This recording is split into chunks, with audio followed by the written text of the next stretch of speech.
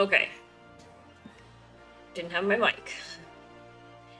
Kind of an important thing. Is my mic stuck on? Ugh, all my cords are so messed up. I hate it. Okay. I gotta, like, get down there at some point, get some, like, little Velcro wraps. No, kitty! What are you doing, honey?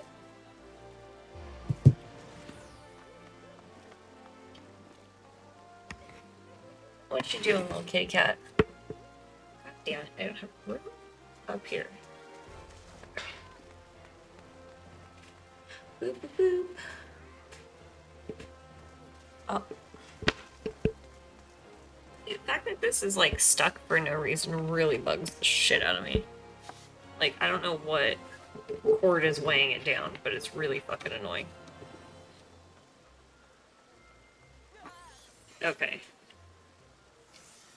Okay, hopefully... Okay, we still have sound. So let me just yank on my mic cord. That's great, right? That's exactly what people are here for. To be fair, no one's here yet, so...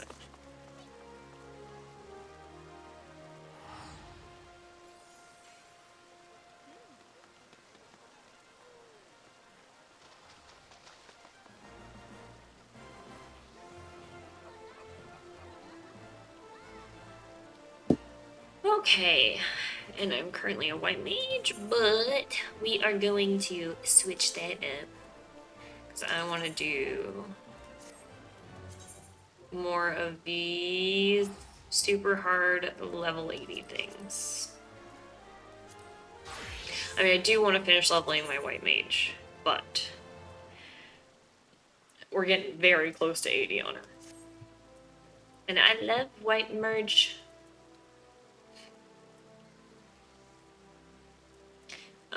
So what were we doing with her? It's here. We need a waist, we need some legs, necklace, and another ring. That's pretty dope.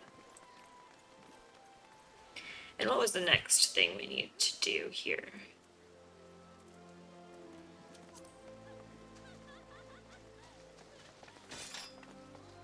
Oh, I was supposed to go and unlock the rest of the... Damn it, I forgot to do that. I needed to go back to Calusia and unlock more of the near raids. I don't know if there are more, but there's definitely more quests.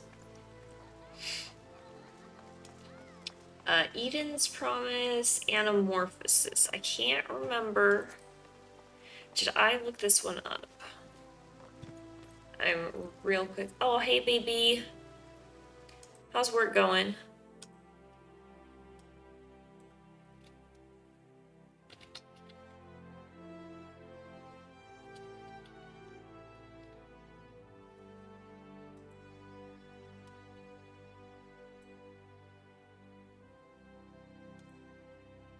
Okay, I don't think I looked this one up.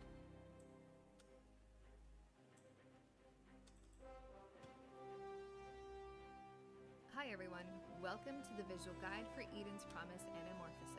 This is the third newest raid made available by patch 5.4 in Final Fantasy XIV, Futures Rewritten. Months of no new raid content may have left you feeling burnt out, but have faith that this raid guide has returned the game to glory. My name is Miztech and I'll be your raid guide. Throughout this encounter, some of Fatebreaker's attacks will be modified by the inclusion of a fiery orange dragon or a blue lightning dragon. The color of each attack adds an additional component to the attack itself that players will need to prepare for. Burnt Strike is a long column attack through the boss. If the dragon is glowing orange, players will need to prepare for an additional knockback after the cast. Position appropriately or use knockback immunities to your advantage. If the dragon is glowing blue, players will need to expect the attack itself to be wider than originally telegraphed. Make sure you move much further away from the telegraph to properly avoid the wider incoming damage. Bound of Faith will have the boss tethering to a player before trapping them in place and leaping in their direction. If the dragon is glowing blue, the targeted player will be afflicted with electrocution debuff that deals a high amount of damage, especially when ticking during the damage of incoming mechanics. Players, be sure to keep an eye on this player until their debuff falls off. However, if the dragon is glowing orange, the targeted player will also be marked for a stack up. The group can move in with this player to soak that extra damage. Burnished Glory will deal high raid-wide damage, shield and heal as necessary. Powdered Mark will target the primary target with a debuff that will explode in a wide circle at the end of its duration. The other tank can provoke here to allow the exploding tank the freedom to move away from the rest of the group. Turn of the Heavens will cause a number of blue and orange circles to spawn around the platform. All of these circles will soon cast bright fire and explode. The trick here is to pay attention to the color of the glowing dragon as the boss is casting Turn of the Heavens. The color of the initial dragon glow will cause the circles of that same color to explode in wider attacks, while the other circles explode within their regular dimensions. To handle this, players will need to move away from the strengthened colored circles and stand in the safe spots available between the other colored circles. Shifting Sky will have the boss disappear and a knockback occurs from the center of the platform. A dragon will appear in the center and cast a very wide frontal cone in a random direction. All players will have to move directly behind the dragon to avoid this. Immediately after, boss clones will appear on the edge of the platform in sequence and begin to cast variations of Burnt Strike. Players will need to pay attention to the colors of each attack and adjust appropriately. Reminder that a blue dragon means a wider attack and an orange dragon adds the additional knockback after the attack. Once both attacks go off, the boss will return to the platform and the encounter continues. There's just a lot of dragons to remember. The boss can cast Burnt Strike with his dragon glowing with light. This light glow adds additional AoE circles underneath all players after the attack that players will need to quickly move away from. Bound of Faith with the new light dragon glow will add an additional circle AoE attack on the tethered player. Once the boss leaps onto them, they'll be afflicted by Mortal Power Mark debuff, which will explode at the end of its duration, dealing high raid-wide damage. Prismatic Deception will cause the platform to be enveloped in light while the boss and his clones disappear. The only way to identify where they are is by moving close to the edge that they've spawned on. Soon, they will each cast very large line attacks through the platform, forming specific safe zones. To handle this, the players can run around the edge until they identify an area not occupied by a clone. Once the attacks go off, the boss will return to the platform and the encounter resumes. From this point on, all of these mechanics will repeat until the boss is down. If you have any questions or comments, please let me know. Up next, we'll head into Eden's Promise Eternity. Okay. As always, thanks for watching. This is a lot of AoEs and stuff. This should be fun. Are we ready? I mean, we're not gonna probably get right away.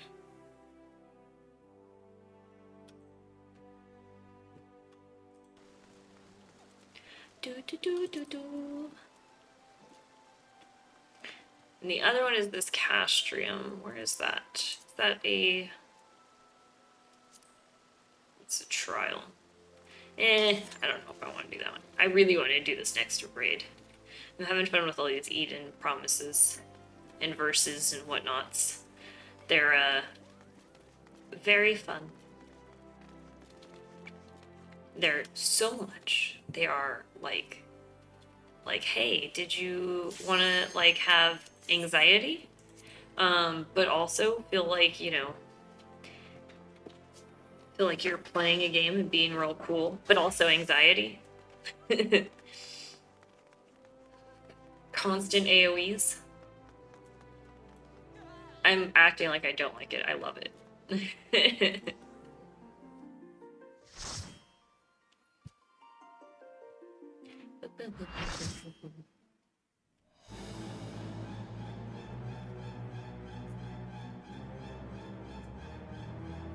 I know this place.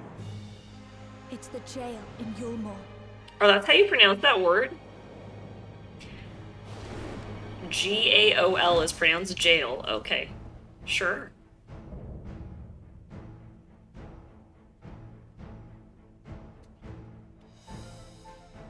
Whatever stands in our way, we will never give up hope.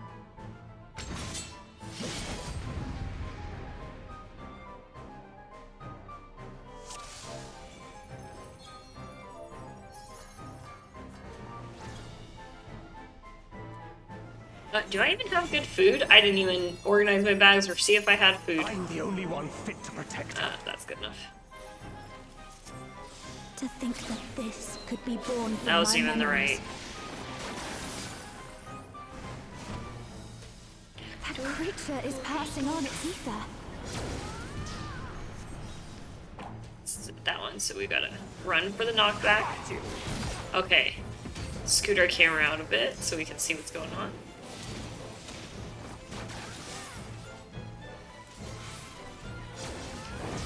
Which one's my knockback?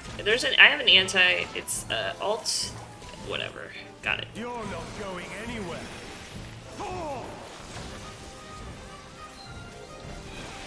Okay. Okay, I'm remembering stuff and things and whatnot.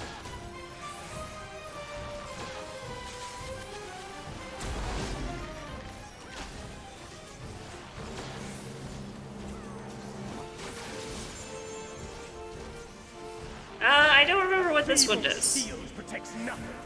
Okay, that's just, someone's gotta heal stuff. Kind of thing.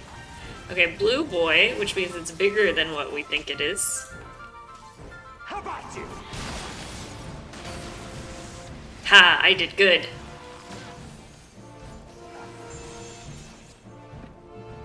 Oh shit, I changed my key bindings, I forgot. Some stuff's a little bit different.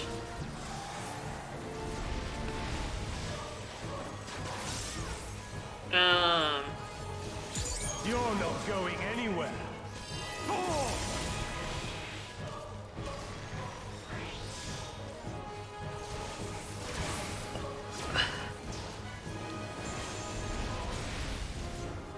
I feel like some of these I am not remembering what they are at all, but I just fake it through it pretty okay.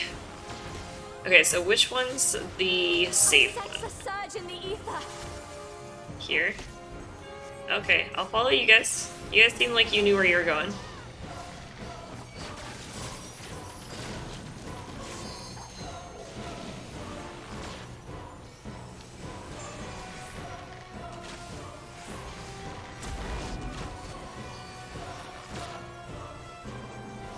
Come, show me your strength. I'll show you a lot more than my strength, buddy. I don't know what that means. Beast of my blood, answer my call. Sometimes I just say things.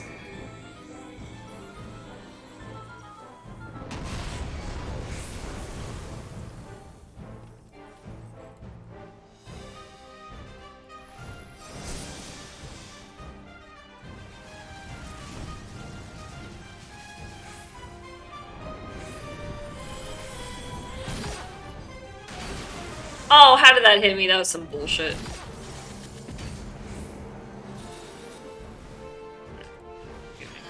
Booster here.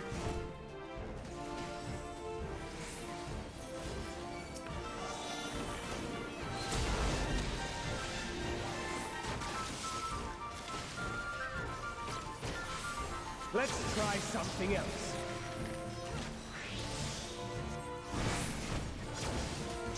The blade is imbued with light.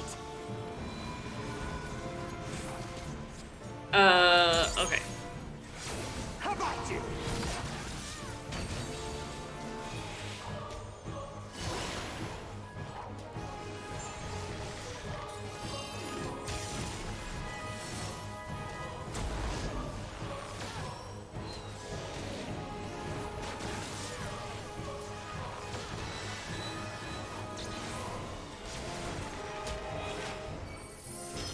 You're not going anywhere.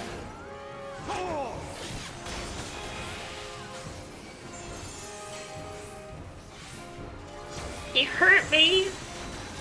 He picks me out, hurt me. Will cleanse your sins. Uh-oh.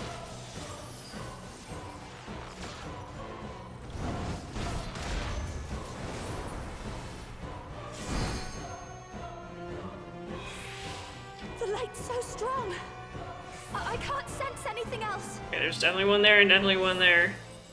Definitely one there. We're safe here. We're safe here. I think, anyways. Pretty sure I'm safe here. Damn it!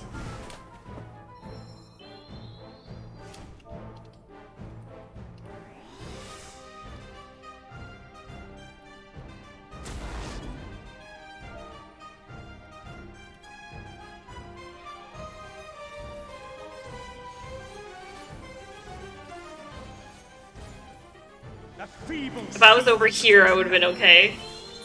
I just super miscalculated that.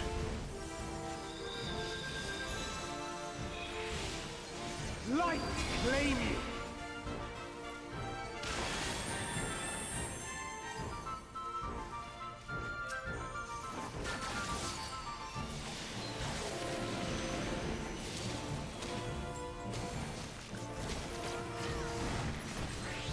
Oh, silly Cheyenne.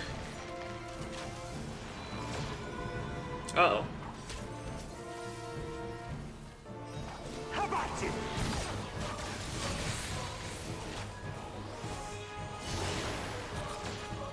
Uh-oh, SpaghettiOs. Oh, that was a knockback. How about you?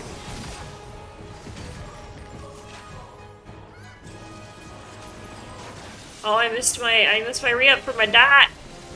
My rotation! What's going on with my rotation?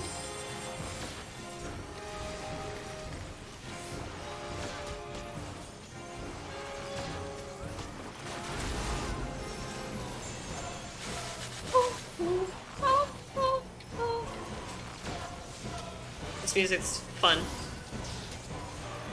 It's very epic. A feeble shield protects nothing. Okay, that was a nice little break at least. Light claim you. Is it this side or is it the other side? I don't know. Yeah, it's this side. Okay. We're good. We're good. I got very nervous there.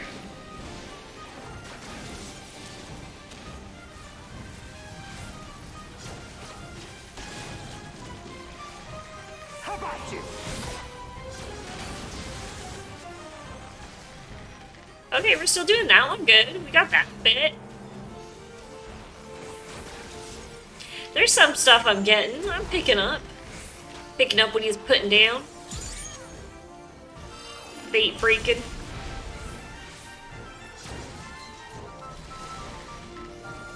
You're not going anywhere. Oh! I think you're wrong. I think I'm going wherever I damn well want to go. Maybe I don't want to go anywhere, but...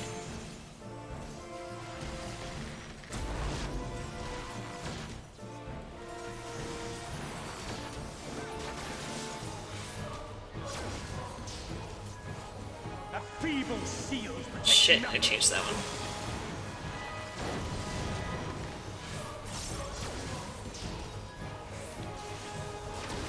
Light claim you.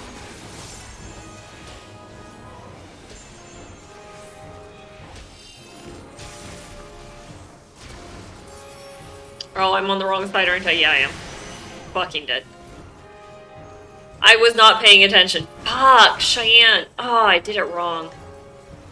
That one, I keep not seeing, which color it's supposed to be. How about you? I don't know if maybe I'm not looking at the right thing or whatever. Oh my gosh, you guys are so close. Oh, that's me! That's me! That's me! No! Don't hit me, please, afterwards. No!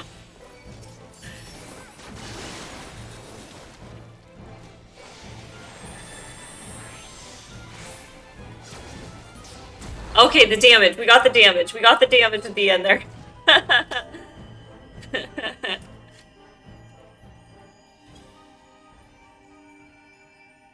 She deserves all the happiness in the world.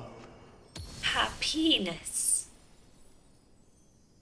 What is this happiness? I like that guy's outfit. He looks very goofy over there. Santa stuff and whatnot. Give it to the healer, of course. I don't want any of this garbage. Please don't leave me with any of this garbage.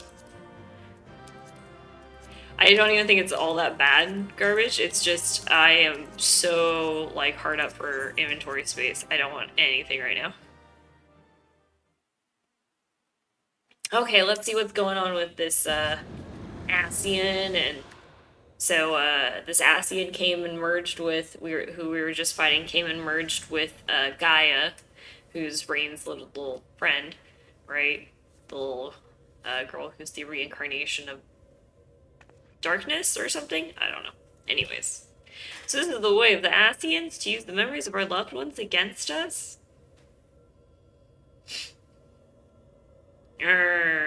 Me mad. that fragmented souls should triumph over their fear. Wow, I can't read today. Over their fears while we succumb to ours, thereby setting our star upon a course of ruin. That inferior being such as you should succeed while we failed, it defies all logic.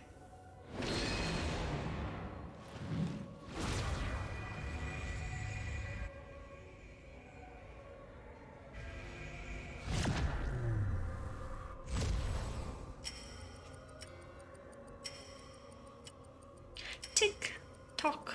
Now's your chance. Is it frozen?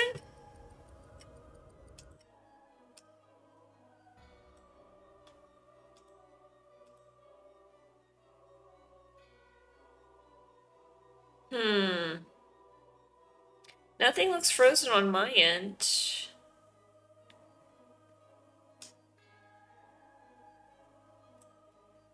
Maybe refresh?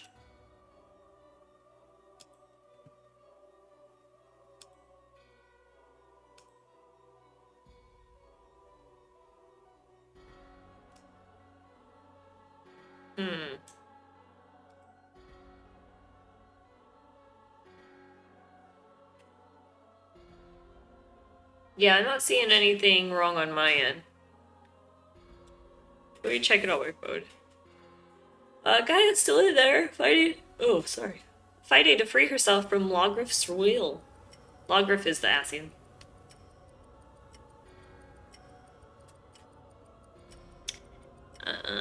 Let's see here. Oh, wait, turn that off. Okay, yeah, I think it's fine. Looks fine on my phone. You might need a refresh or something, maybe something. Twitch likes to be touchy. Even now you would defy us? We will remove every last vestige of your meaningless mortal existence.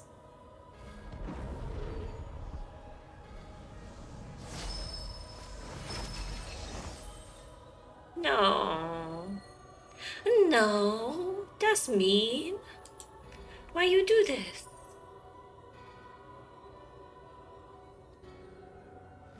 Why are they so pixelated when in memory form? You guys don't have high-def memories? Gaia's memories, they're being destroyed! Impurities must be purged. We shall begin by erasing you from her past, and then by your dreams. Erase you from her future. There's no place for you in our utopia. Hiya!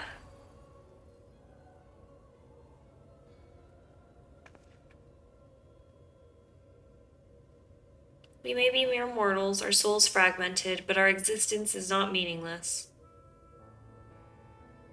And you should understand this. Before you awoke as an Ascian, you lived as one of us. You had your own memories, and surely they mean something. The lives you led can't all have been for nothing. To we who have known perfection, they are less than nothing. Compared to yours, our lives may seem insignificant. Nevertheless, we live them to the fullest, and though it may take us 1,000 years, we have the potential to build a world every bit as wonderful as yours. But you won't even allow us a chance to live our own lives and forge our own future? Blah, blah, blah, blah. Let's get back to the fighting. Whatever you forge will inevitably crumble to dust, but we are immortal, our legacy eternal. If our world cannot be made complete as it once was, we will create a perfect moment that shall last forever. By our hand shall our paradise be made, where there is no beginning and no end. You sound like you're writing a, lyrics to, Day to Remember song or something. Eden's absorbing enormous amounts of aether. At this rate, the world will be drained.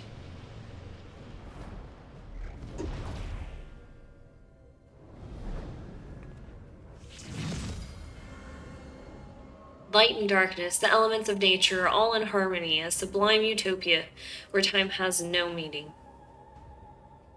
We shall become one with Eden, free to live in peace for eternity.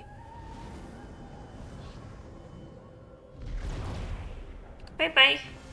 No, Gaia! No! No, Gaia.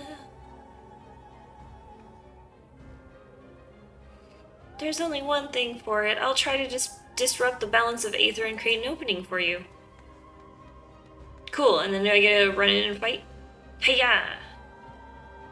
We can't let it end like this. It's up to us to save Gaia!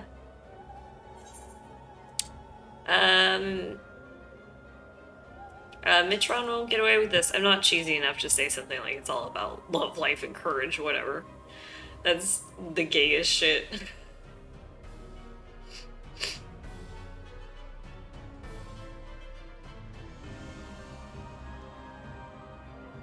I don't think I'm good enough at doing the cheesy lines.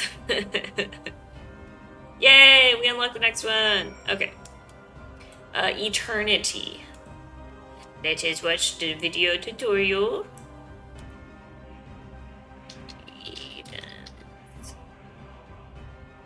Promise eternity.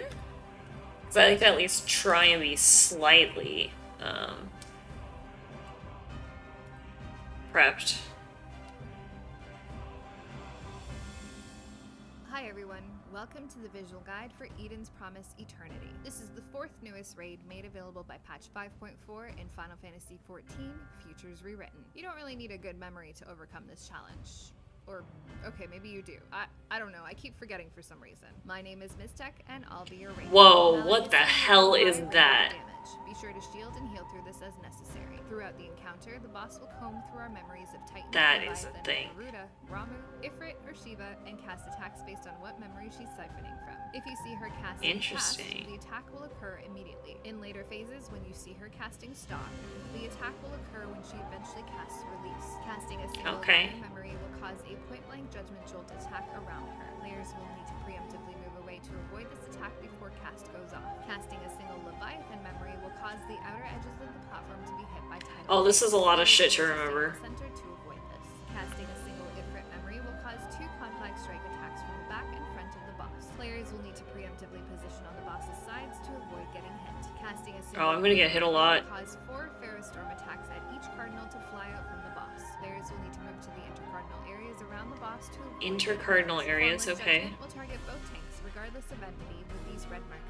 They'll both take high damage here, so be sure to pop. It's none of my business. I'm not a tank or a healer right now. And a cutscene transition will occur, forming smaller platforms of Gaia's. Oh my goodness, we're gonna get hit a lot, guys. Be able to jump from platform to platform in an attempt By to this save big the thing with like, on the first how many platform, boobies the does it red have? lines will spawn that will deal damage to the memory. Destroy these as quickly as possible. If you see this blue lineup marker, stand in it to soak some of the damage to the memory. Players targeted with these markers will need to move away from the raid and the memory to avoid overlap. The second platform will target 2 players with stack-up markers. Group up to share the damage, but try not to hit the memory. These attacks will cause 2 adds to form that will attempt to destroy the memory as well. Destroy them as soon as possible and watch for the incoming knockback. On the third platform, more adds will spawn that must be destroyed as quickly as possible. A knockback will occur from the center, so make sure you position yourself appropriately or use a knockback immunity to survive. Finally, we return to our original platform and the boss casts a heavy-hitting AoE. Throw up some mitigation, shield, and heal. In this phase, the boss will begin casting Stalk while siphoning from 2 memories. These attacks will not go off for some time,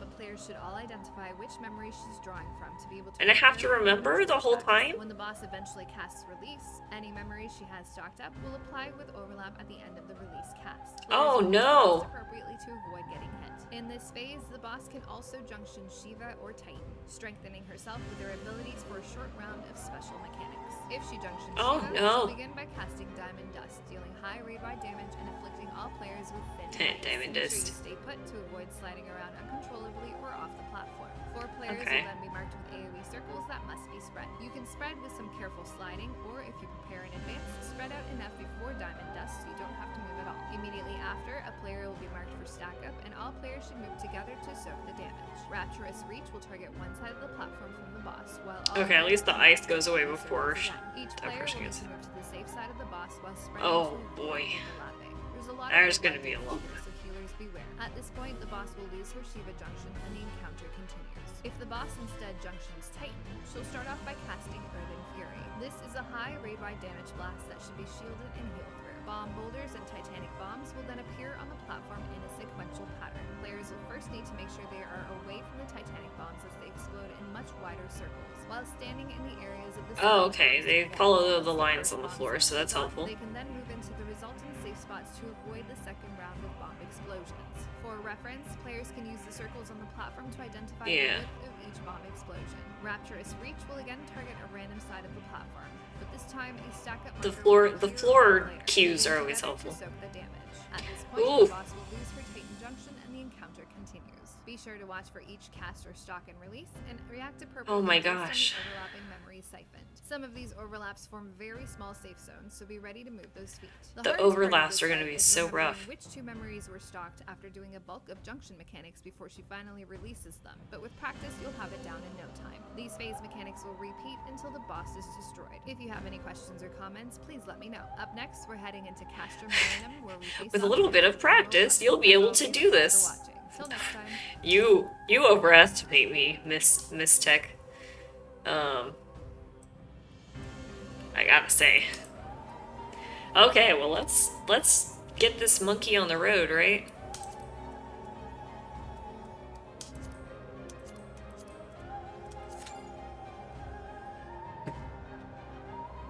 This place is pretty though. Look at how pretty. Ooh, wow.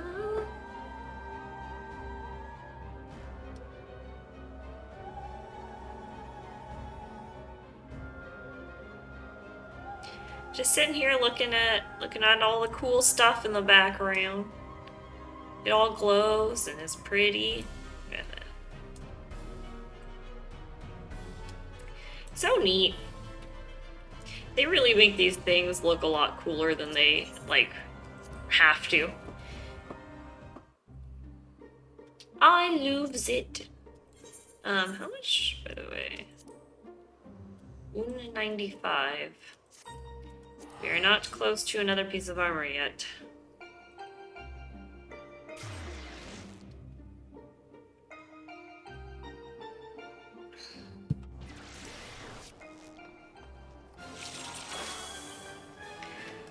Let us at least mend our gear.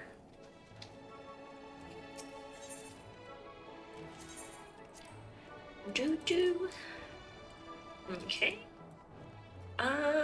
Should I...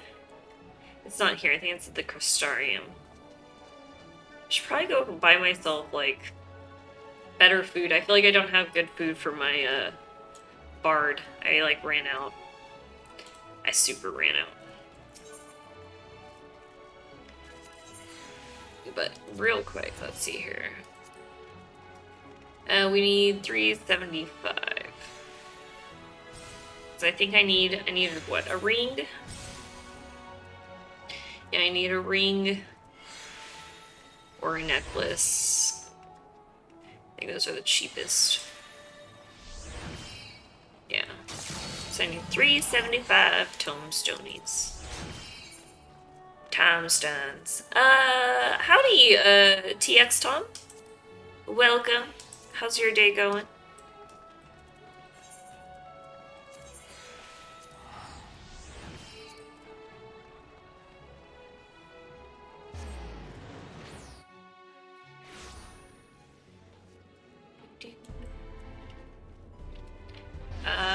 Where is... I know they sell food around here somewhere. Must be this way.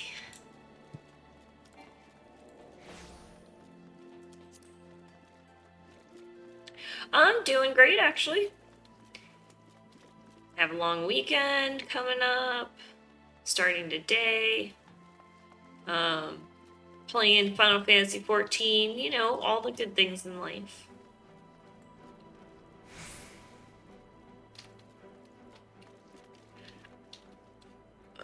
Arms merchant. There's someone who just sells food around here, right?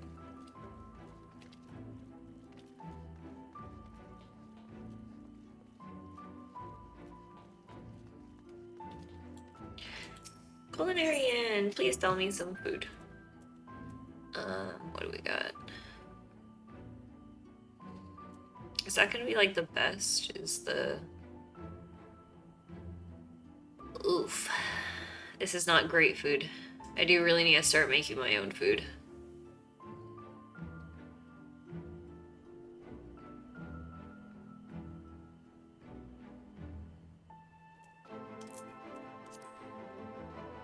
Yeah, I also started a 3-day weekend, but exhausted from work, forcing myself to stay awake and play FF so I don't just crash after work. I totally understand.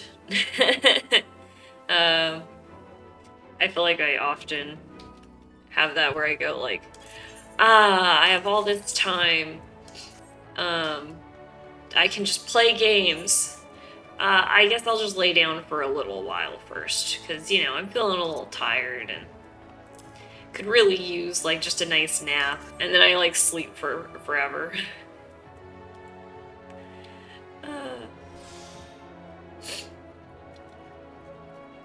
What do you play in Final Fantasy?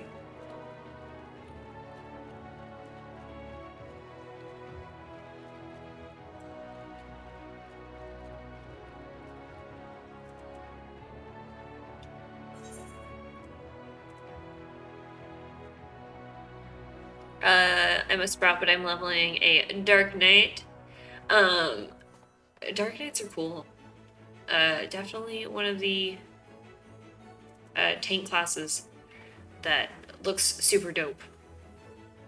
If I were to do a tank class, I'd either do a Dark Knight or a Gunbreaker.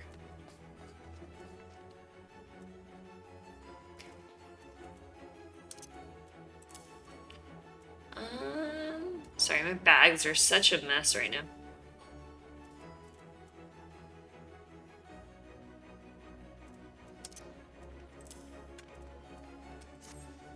But 'tis a fun game, and the best part is just getting to play around with stuff. I do plan on one day leveling tank class. I have like max bard, and then I'm working on maxing out my white mage. I have level 60 scholar, so I should probably max that out too. But we'll see, because I want to level... I don't know, I want to level something different. But then the hard part is... Gunbreaker mechanics seem a bit wonky. Dark flows well. I really have no idea. I haven't tried either of them, so... I've seen Dark Knight gameplay. I haven't seen Gunbreaker gameplay, really. Not enough of it to, like, know much about it. Dark Knight always looked fun. I always heard it was a lot of fun. One of the things that definitely turns me on to this game is that you can do every job. If I stick with it one day, I'll max everything. Already did crafting. Yeah, I've been really bad. I was, like, doing really well with getting all my crafting maxed out, and then my bags got full and I started getting annoyed. And I was like, God damn these full ass fucking inventory.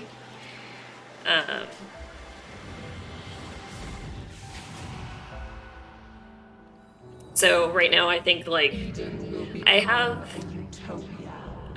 culinary leveled all the way, and then my gathering professions leveled all the way. She's still in there. But the rest are all around level 50. I won't. I mean, they're still pretty high. Gaia. I can probably get them No matter what. maxed out in not too long. But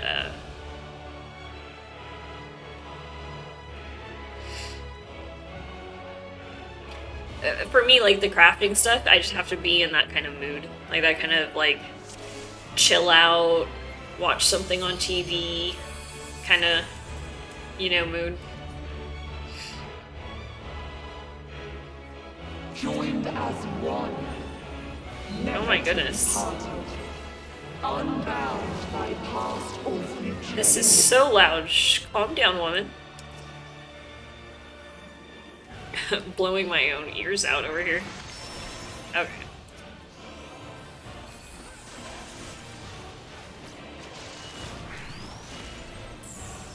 We shall call your memories from. Which one's that one?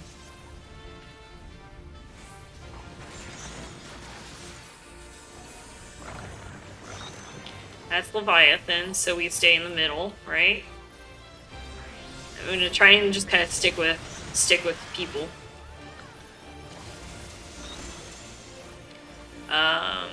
It's him again. We gotta back up, right? Yeah.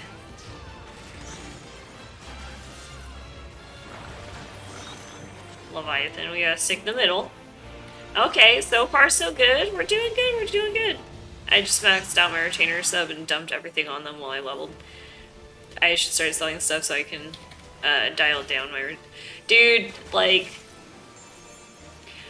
I mean, it took me probably like a year before I started running out of space. I mean, my retainers have had max bags forever. And they will be your undoing. My biggest issue is just like... Oh, fuck, I fucked that. Shit. Shit! I feel like I don't get rid of gear fast enough. Ever. I'm always like, oh, I should hold on to this gear for when I level the next thing, you know? Like... So then I just don't get rid of it. So then I have like...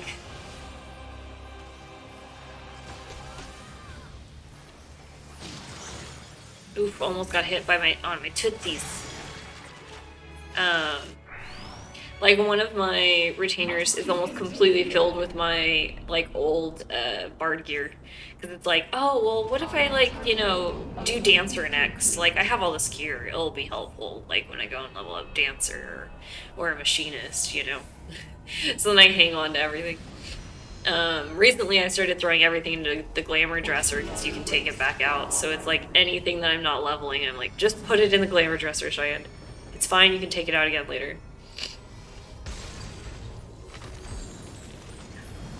And, I mean, I've gotten to a point where I have, like, shitloads of glamour prisms, so it's not that big of a deal. You've got to protect It's her memories.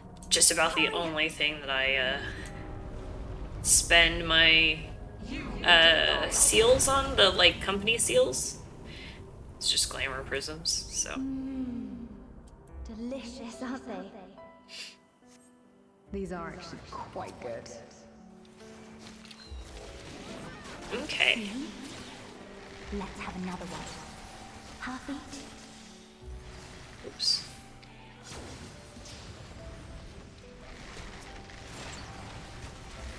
Such fragile things.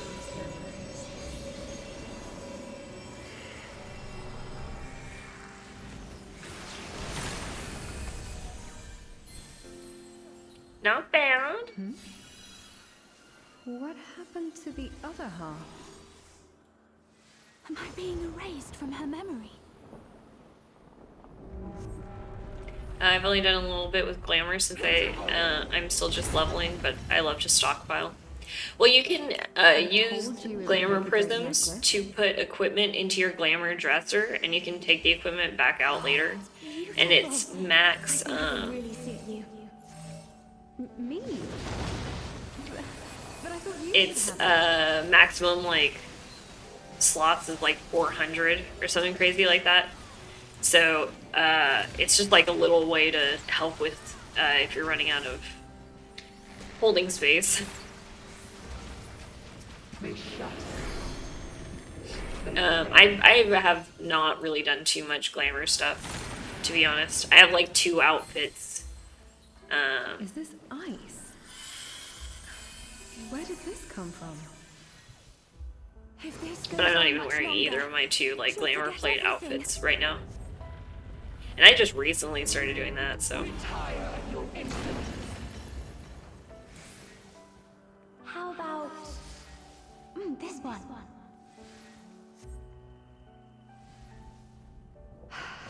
That's my color.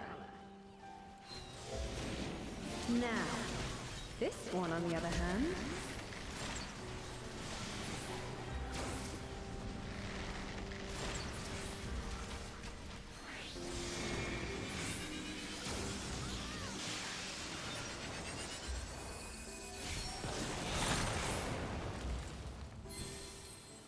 What am I doing with this?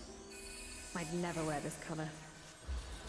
Yeah, since I haven't gotten half gear to worry about that This happen. yet.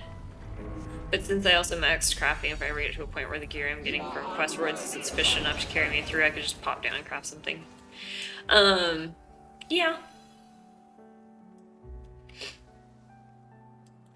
We shall bring eternal harmony, tranquility and vitality in perfect balance.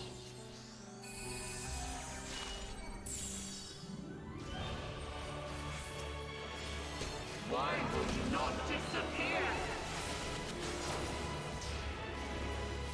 No! Are you certain it cannot fall?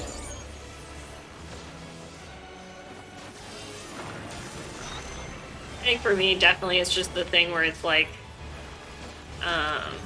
fuck. I don't know what those do. We're gonna just stick with our friends. That's what we're gonna do. We're gonna stick with our friends and make sure we don't get fucking railroaded here. Okay. Oh, look. We did okay. We did okay. We got it.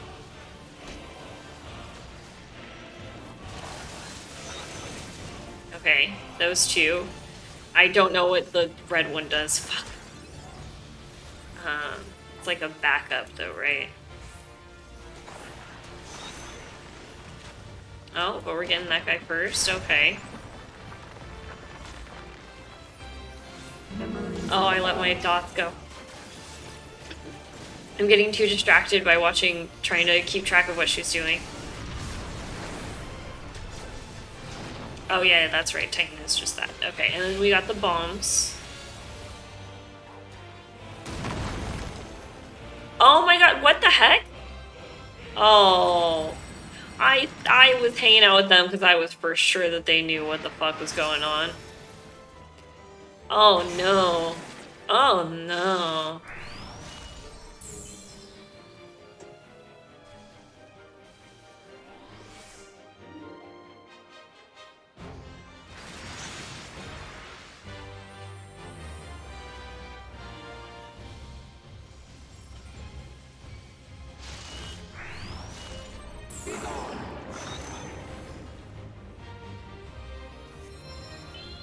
Wow, good.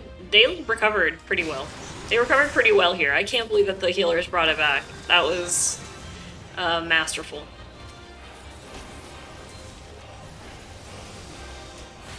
Oh, I'm dead again. Yep. Oops, I didn't see which ones. I didn't see which one she was channeling. Because I was too busy getting brought back to life. Okay. Step back. And in the middle. Got it. Please let me run. Okay.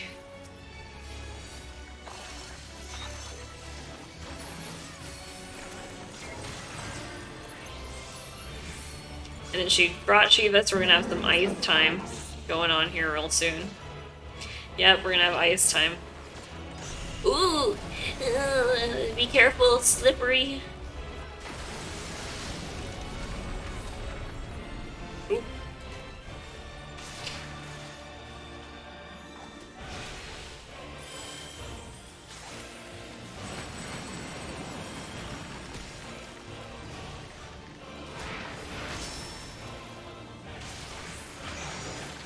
Okay. Ooh, wait, now let's actually like lay down some damage because we've been lacking in the damage department, especially with all the deaths. Wait, why did this?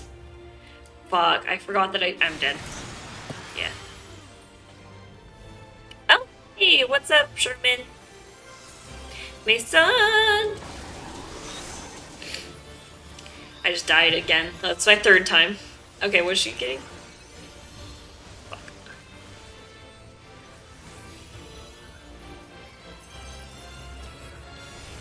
Okay. I really shouldn't have changed my hotkeys. I changed them for my white mage, and then now I'm like, why aren't I hitting the right buttons? Look at that. Okay, we got in the right spot that time.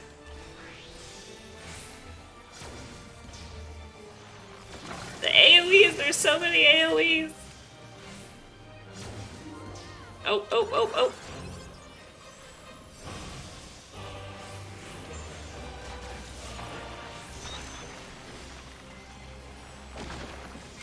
Titan, so we just gotta sit through this one. Ah, okay.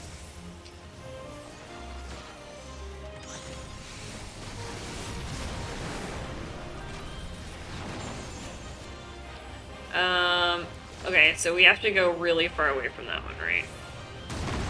Yes, okay. And then we'll go over here? Yes, okay. Oh, we did it right that time.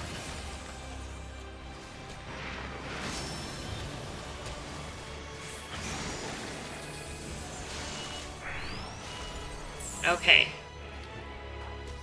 What is she releasing again? I can't remember. I'm gonna stick with you guys. Okay. So Leviathan slash Odin, I think? Yeah, I think Odin's the close-up boy.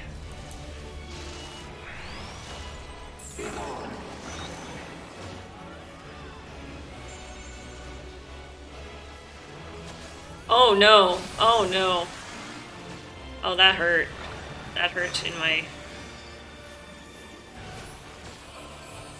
shit, I don't know what the fire one is. Yeah, it's that one. Fuck. Did I die at the last minute there?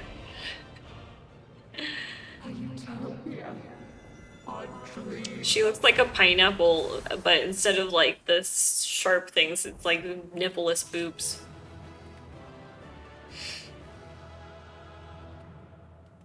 Hey!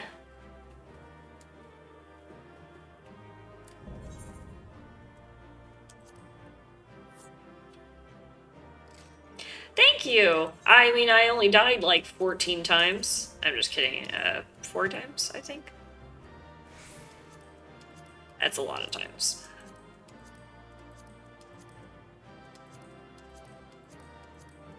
I mean, honestly, like, everyone's gonna die the first time. A lot of people did die. That first wipe, a lot of people died. Would they not give out the... No, they gave out the... Shit, did I leave before that got... No, okay. I was like, shit! I wanted that little wind-up. I wanted the minion.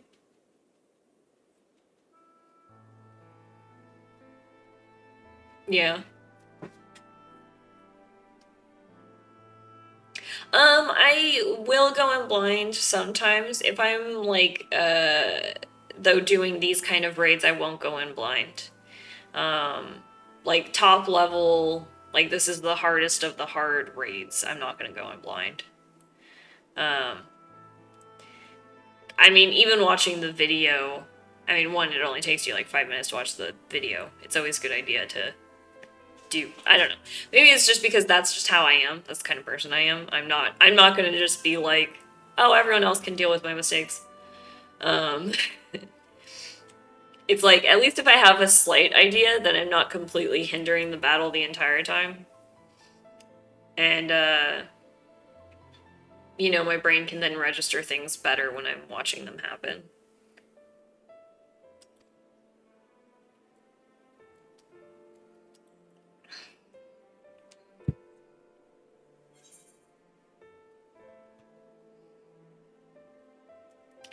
She can hear you ringing. Keep trying. You're right, Alexiel. I mustn't lose hope.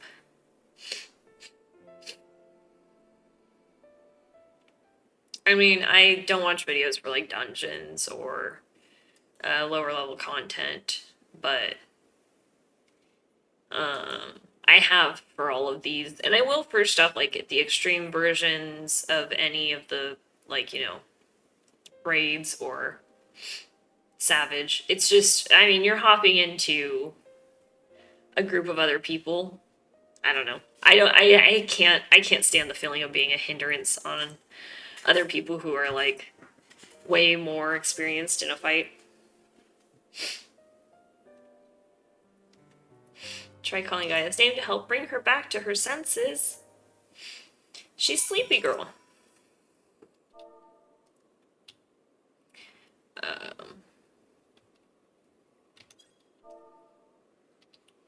Do I have to put more than just her name, or... Does that work? Yeah, I'm not saying I want to go in and be a hindrance to the team, so I try not to keep for raids unless I'm with a group of friends. I'm not hating on watching videos, and I understand the reasoning behind it, but I feel it robs me of the experience of the raid and just makes it a loot pinata instead of a challenging thing to do. Oh no, trust me, this is not WoW.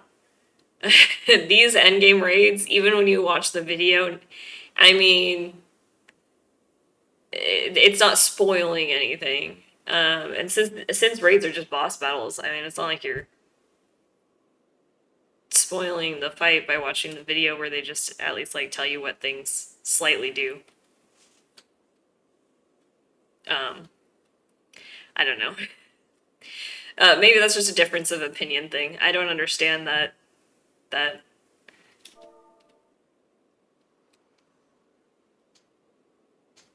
Oh, do I have to capitalize it?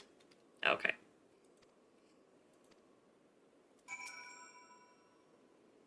I also don't have friends that play this game, so can't really go into a game with a group of, or a raid with a group of friends.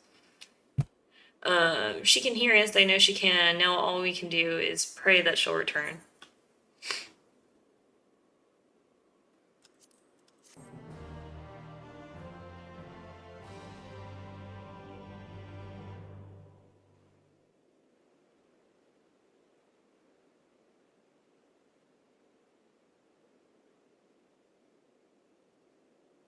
Gaia, I know you're in there somewhere.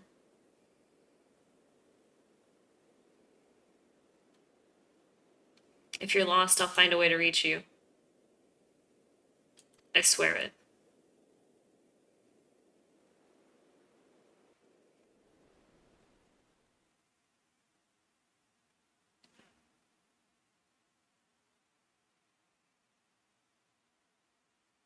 I guess I like to figure things out for myself. A lot of people don't play like that and just say, go watch the video so you know what to do, but what I enjoyed is learning it firsthand. See, but what I'm telling you is that, like, those fights, there is no, like, learning. There is just knowing the mechanic or not.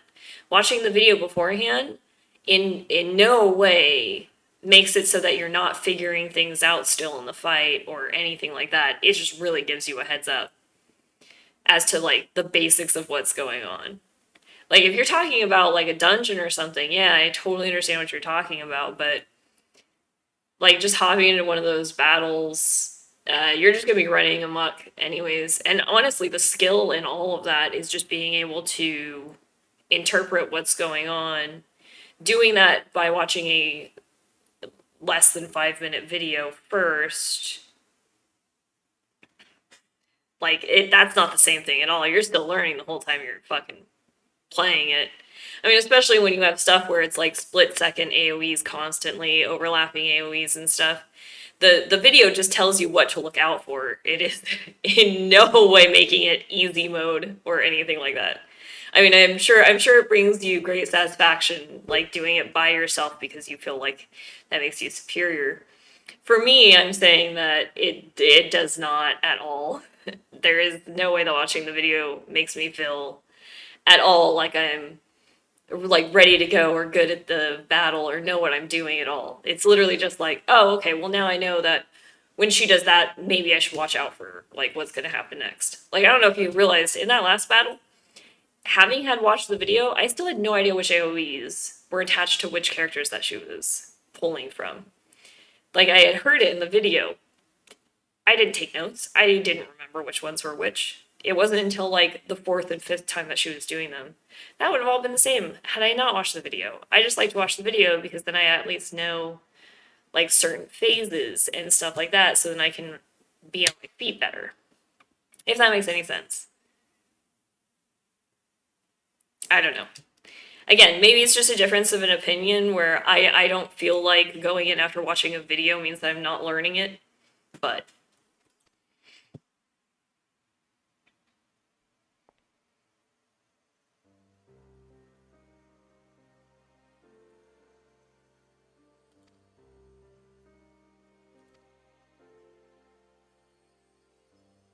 I don't know, also dying a bunch of times constantly over and over does not help me personally at all.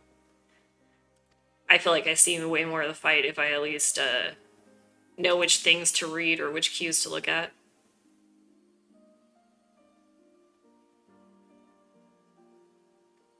I fear you will come to forget me, to forget the times we shared.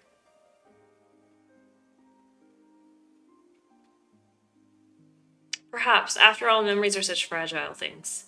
That's why I'm planning to keep a diary. Even after I'm gone, my memories will live on. And I mean, again, like, when you're going through, like, earlier content, like, I totally have never watched a video for any of that shit. But when it comes to these endgame raids, if you hop in and literally no one knows what any of the cues are or what to do, like, it can take you, like, hours to do one of those because you're just hopping with random people. If you have friends and you have a whole gang of people online who you play with, yeah, I can totally understand not watching a video. Because you guys are going to talk to each other and communicate. When you're playing a game with strangers, and you're doing something that's as complicated as this stuff is, where it takes extreme skill. I mean, Final Fantasy XIV raid battles are just about skill.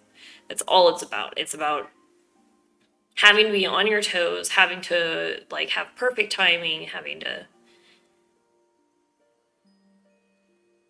But, I mean, you know, again, I don't know how much you have played after playing this game for years. In my experience, is that things go a lot smoother and you understand things a lot better if you have the barest minimum of knowledge on those kind of raids. Again, dungeons, understand, but...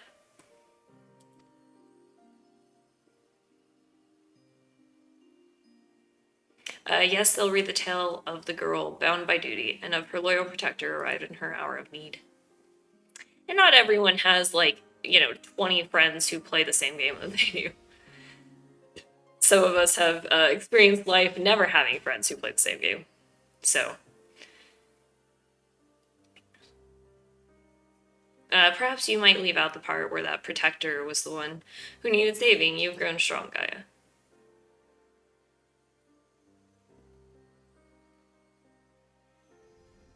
If I'd found you sooner, then maybe.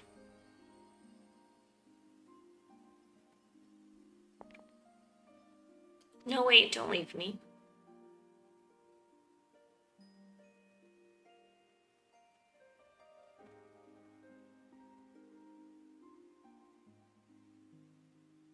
Until we meet again on Artemis.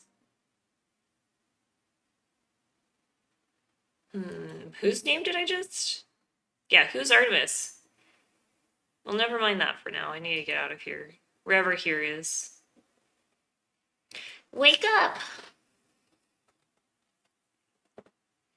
I feel as though there's somewhere I'm supposed to be, but I can't for the life of me remember where.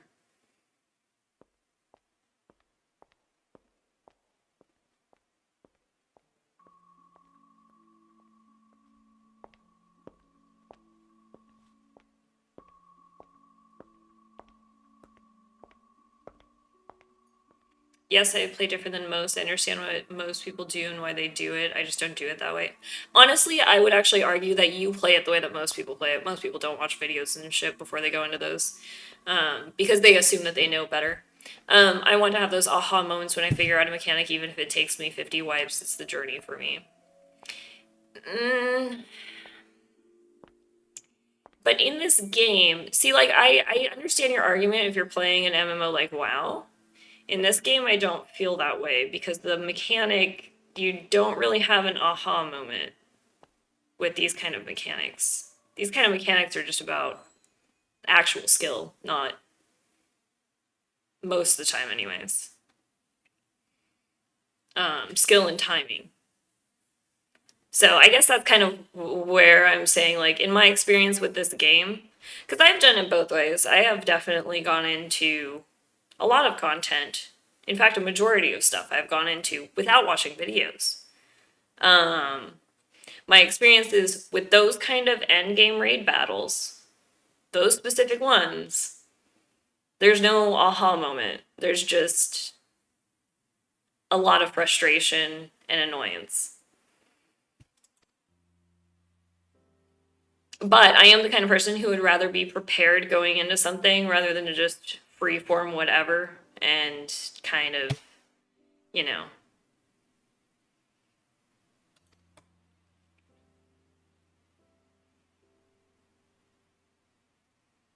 I would argue most people don't watch the videos, but I have definitely. How long have I been playing?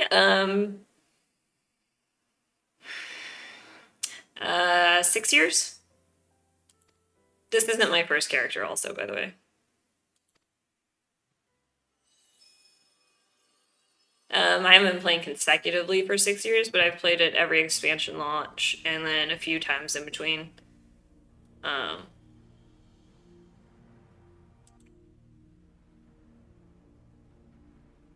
I can't find my way out of here. Hold on, I'm coming for you.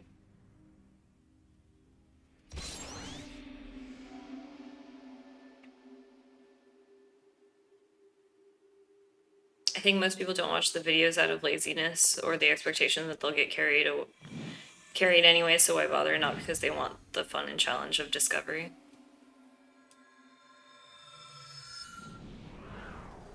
I mean, you're not wrong. Also, most people just assume that they won't need it. Again, I do it because I feel like it better prepares me for understanding the battle.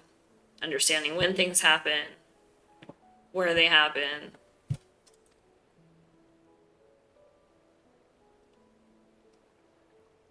I can never forget you, try as I might.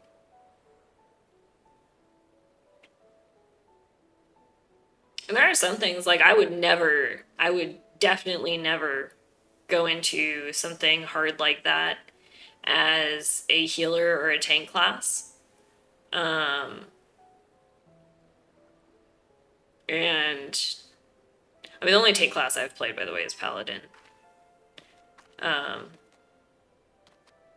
But I would definitely never go into something like that as one of those classes when everything like is so hindrant on you know, your job and you being able to do your job. But if you don't have friends to play with, it makes sense. Yeah, welcome to my life. It's been that way since I was a child. The only people I've ever played video games with is definitely like my mom and my sister. So the Aether that Eden had absorbed was returned to the land. Now, just like Mitron, the empty can finally be reborn.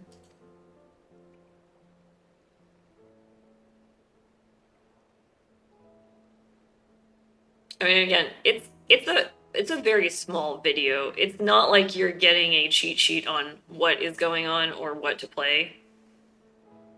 Also, this is a game where the skill is definitely not hindrant on any of that, so you can sit there and watch a video where they say something like oh, and this is where, like, you know, this kind of AoE will happen, and this is where she'll cast this thing, but looking for all those cues and seeing what's going on 100% is a different story. And then also keeping your rotation while all that shit is going on.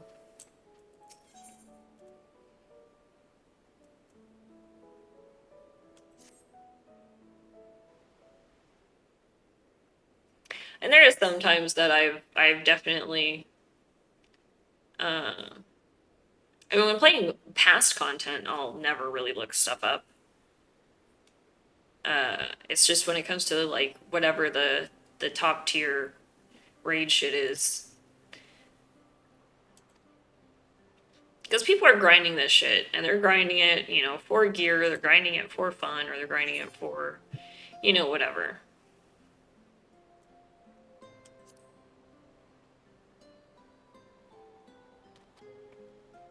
Yes, I suppose that's the next best thing. Hold on, you might even be able to take something with you to show them. I'll bet the fruit that grows here could be used to make all sorts of delicious treats.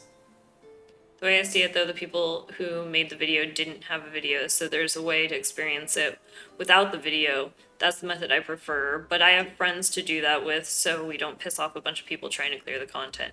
Yeah, and the person who made that video also did multiple different runs, and if you, I mean, she oftentimes shows runs where they're wiping and shit during mechanics happen. you really are not understanding. Like, you really are thinking that this video thing is like some cheat code or walkthrough. It is not the same thing at all. You're acting like, oh, the video means that you know everything that's going on and you're not going to find out anything and blah blah blah blah blah blah blah. I think you're totally misunderstanding like how much of that little 3-minute video like actually gets absorbed into my brain. Like, it's like the barest of minimum of being prepared for something. It's like if you're going to a concert, looking up who's opening for who you are going to the concert to watch. Like, that's kind of... I mean, that's kind of what it is.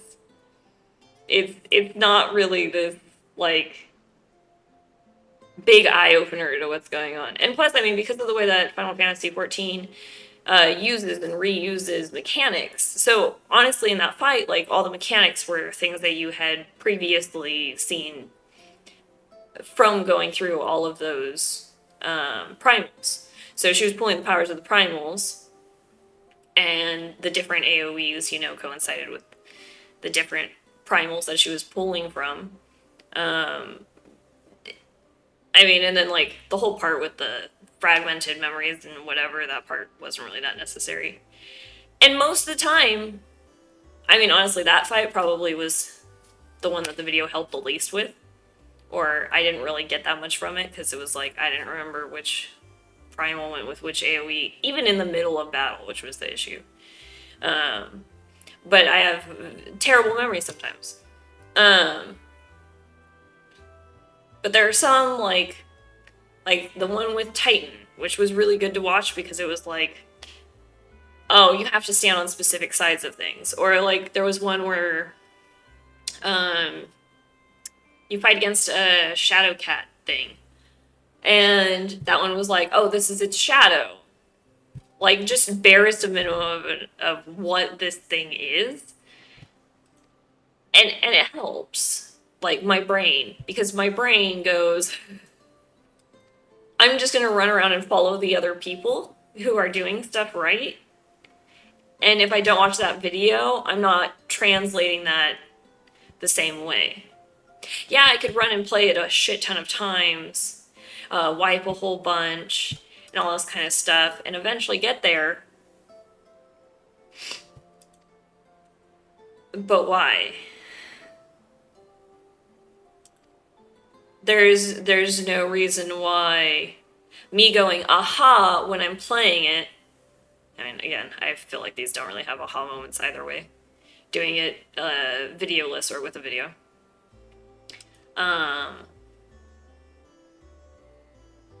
But, like, it still feels good when you can do things correctly. Like, whether you watched a video or not, it's not depriving any of that.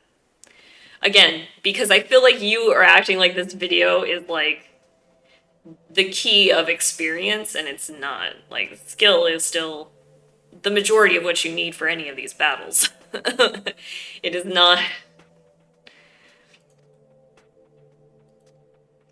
And I mean, like, hey, whatever. You want to go in, like, unprepared and figure it out with your friends and stuff like that. Whatever. That's fine. No reason to act like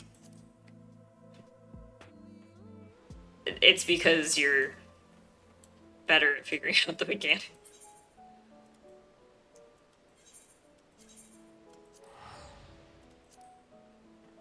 And yes, obviously people do it without videos. And you can figure stuff out. And probably not, but it's fun.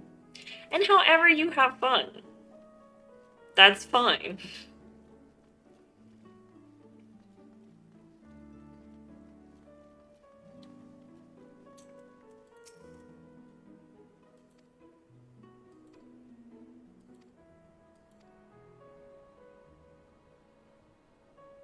Anywho. The part that I enjoy about all of this stuff is challenge difficulty and actually, like, being able to execute anything.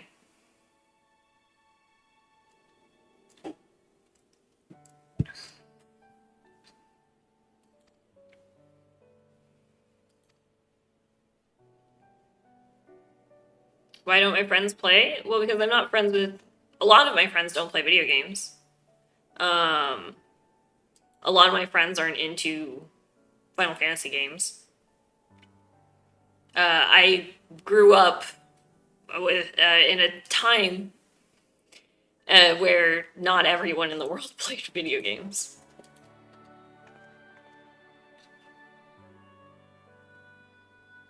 And I have a couple friends who like have played Final Fantasy 14. The only one who I think plays maybe currently is not like max level. I never really have been the type of person to ever play video games with my friends. Unless it's like in-room, in-person. I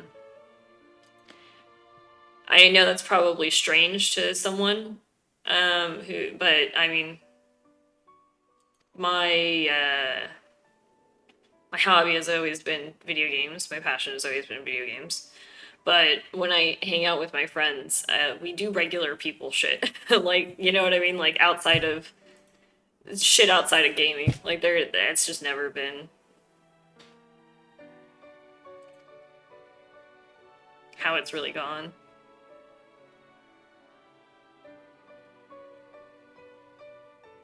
I would have likewise to come to the darkness if it weren't for Rena and Alexial. Someone had also been there for Mitron. Who knows what might have happened. Well, it is the end. Fair enough, gaming isn't for everyone. Well, I mean, also just a lot of people just didn't grow up with it. Like, gaming isn't something that you can... Especially games like this. It's not something that people can just be into because they play video games or have played video games or like video games. Because even my friends who do play video games would never play this kind of game. Or a lot of them, I mean. You know what I mean? Like, I mean, this is heavy storytelling, heavy character stuff, grinding. Like, it's just not everyone's cup of tea, you know?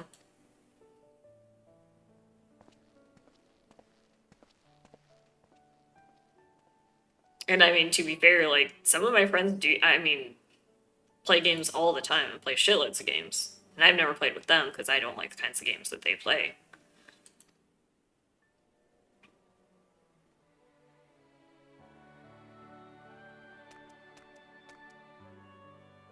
Yeah, and a lot of people did not grow up playing Final Fantasy games.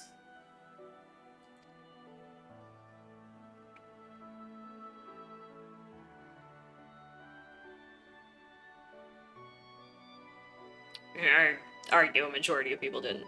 And I mean, people in my age bracket especially, but...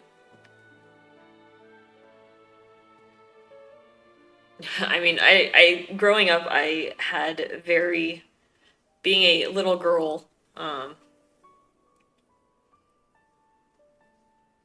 yeah. Little girls back then did not play video games. So... Didn't really have... What is your age bracket? I'm 30. I don't mind sharing at all. So yeah, playing video games. I've played video games my whole life. I mean, my mom is a huge nerd. But... not a thing that most people in my life did for a long time, or that I knew that they did or talked about, especially other females. I mean, it was definitely super different back then.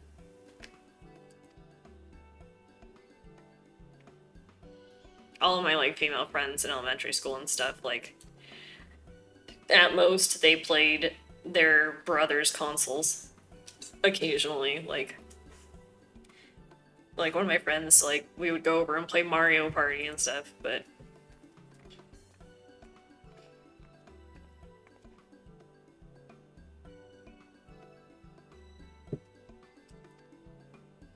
I just grew up with a tendency to...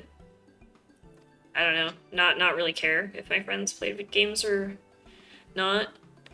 I grew up being a very, like, solo gamer. Plus, I mean, back in the, like, 90s and early 2000s, it was not,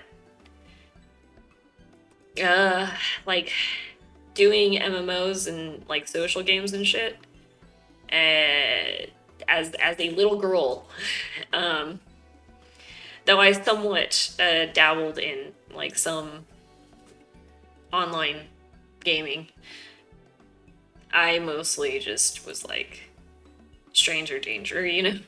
I'm not gonna talk to other people. I'm gonna play this online game as if I'm playing by myself, because I don't want to talk to strangers on the internet. I still get that way sometimes. It's hard to turn off old habits.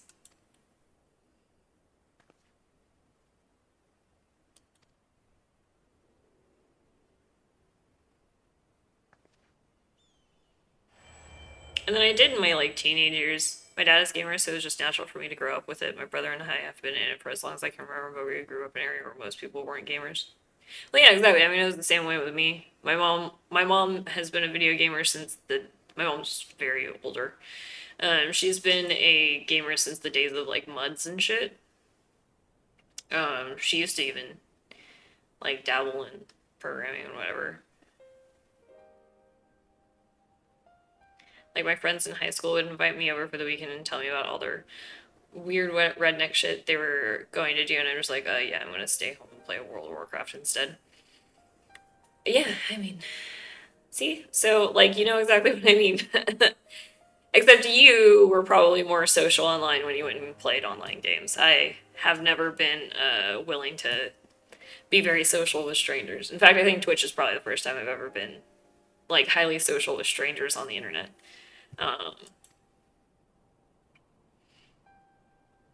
It's just like my knee-jerk reaction is to just not make friends on the internet. So I mean, even just a different environment for females, yeah, definitely.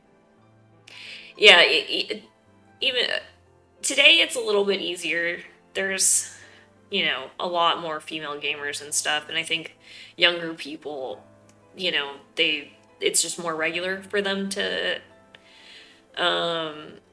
just be, you know, mixed and all over the spectrum of stuff, so it's a much more comfortable environment now. But yeah, back then it was like, if anyone found out that you were a girl, it was just atrocious. And then, like, I don't know. Like, I remember, I mean, I played WoW, but I didn't play WoW until I knew other people in real life who played WoW. So, like, as a teenager, my first job was at a gaming center. And there were other people there who played WoW, and then that was when I played WoW. It's like maybe a year and a half or so after it came out. It was like right before Burning Crusade came out. And then I played through Burning Crusade and stuff like that, but and that was probably the first time I started actually communicating with people. But then again, I knew them in real life, so it was a little bit easier for me. But otherwise, it was like, I never played with comms. If I played anything, like, I wasn't much of a PC player anyways. Like, PC-wise, I would mostly just play Call of Duty, not Call of Duty, what am I saying? I would play, I just lost my train of thought. I would usually play stuff like The Sims, and then, like, other, like, you know, RTS style games. Command and Conquer. There you go. That was the one I was trying to think of. I was like, I just had it in my head a second ago. I need to come back and play Triple Triad with that guy. Yeah, Red Alert was. Yeah, stuff like Command and Conquer, Civilization games, those ones. Played a shit ton of. Early Age of Empires type stuff. But again, that's all, like, so offline. I didn't do, like, any really multiplayer stuff until I started working at the gaming center. LAN center. Wow, so is that it? Did I unlock the rest of those? Are we done with that, or do we have more to...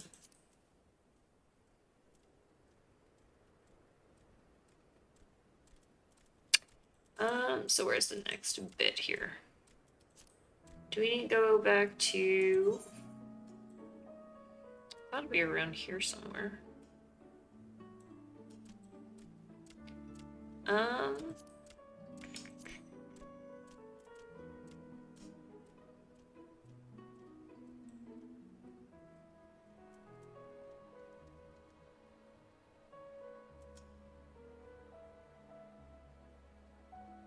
I like got too distracted and now I don't know where I'm going. They gotta be in the empty, right?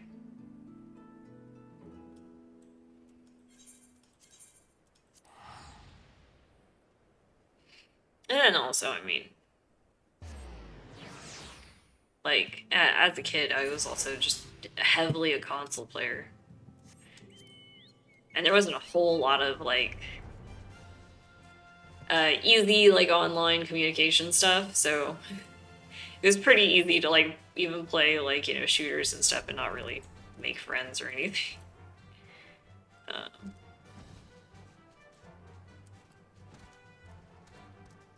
Do I talk to you? Yep. There we are. Honestly, it sounds like we played similar games growing up, so I get it for sure. I had a few IRL friends that I could play with, but never enough to have like a squad or anything. Unsurprisingly, I met most IRL when I started working at Blizzard. Oh, well there you go.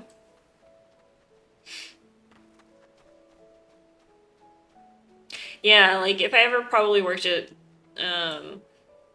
like a real place. Because I do software development, but not like, I don't know. It sucks. It's for a driving like simulator. It's like educational gaming. So if I ever went to a place, I'm sure I'd play with people I worked with. I don't work with, well, I don't really work with anyone anymore. I am the only developer, so that's just how that goes.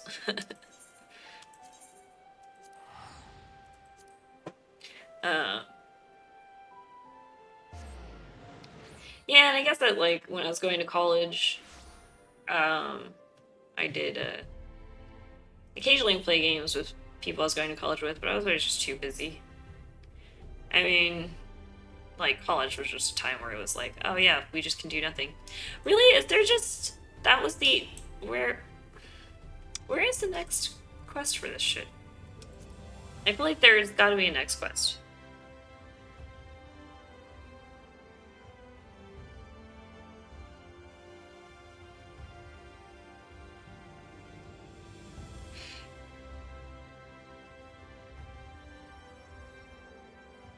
Oh no, I guess that was the end of it. Okay. So I guess we just won't find the next thing that's gonna happen until... Wow! One day in high school I wore a WoW shirt and this kid who sat behind me asked if I played and we got into conversation about it. Turns out we were both horde on the same server. Just unbelievable odds, especially because he did not seem like the type to be a gamer at all. And that's usually how that stuff goes, right?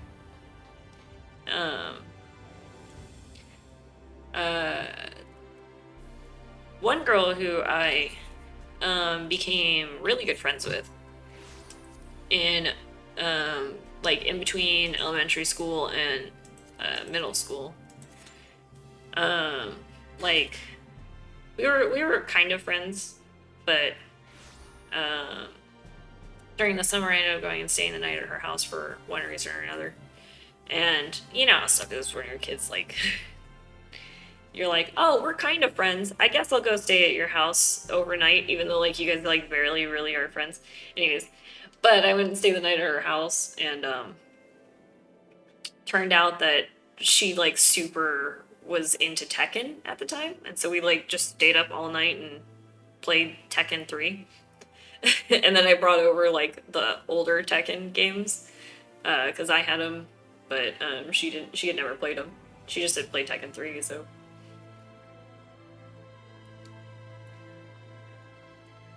But then because of girls, her actual best friend got super pissed because we ended up hanging out for like 2 weeks during summer just playing video games and shit. And her other best friend got pissed off, or her real best friend got pissed off and was like, I don't know, started shit with me and whatever. No, I mean, it's crazy how much, like, little girls are, like, jealous and vindictive. And then that was the last time, I think, before, that was the last time, like, in school, I, made friends with, females over video games.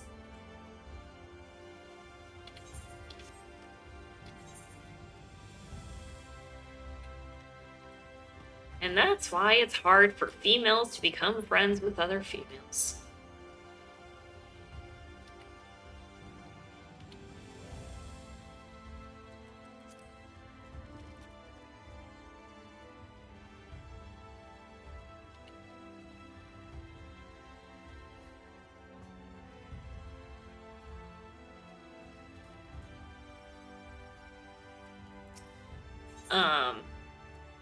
I mean, at least as a kid.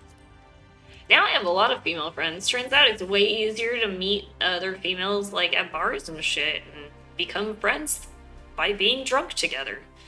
It is the much more efficient way of becoming friends with a girl. As it turns out. Okay. This is gonna take a little while. I was hoping for some quick... last night I was getting, like, instant queues on all my part shit.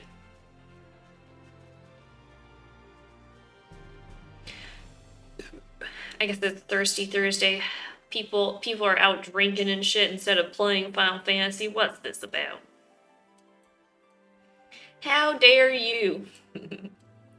I once hooked up with a girl I met at a club, and when I woke up, she asked me if I wanted to eat pancakes and play Mario Kart on N64. The girl was not a gamer girl by any means, but she fucking loved her Mario Kart. I honestly really hate the term gamer girl. It's probably one of my least favorite things ever. But I know what you mean. I just find that term so, like, ugh. Mostly because girls who go, I'm a gamer girl, are just really fucking annoying.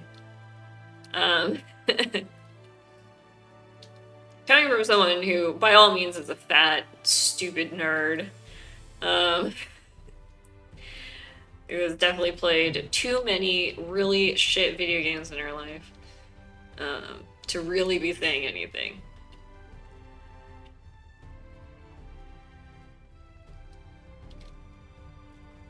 Oh, I know what you mean, yeah.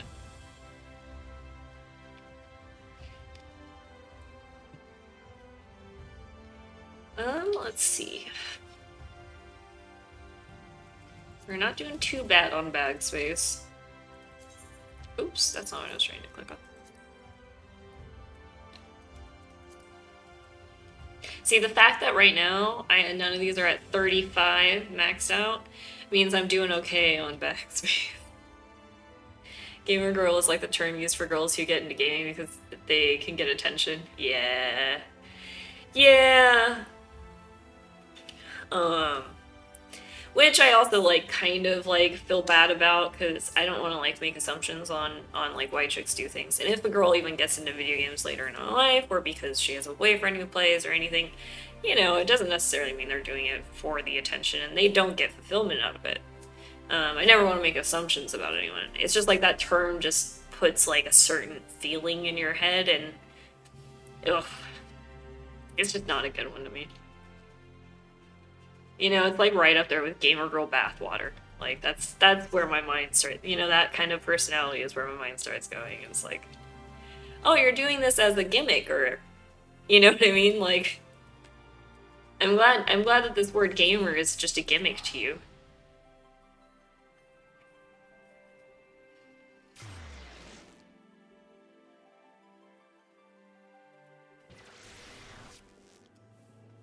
I mean, also, I don't consider myself a gamer girl because I'm a lot more than either of those things. There's a lot of things I do other than video games. There's a lot of things I am other than a female. I haven't been a girl for a very long time. I am a video game playing woman. Thank you. That is the only descriptor I will accept at this point in my life.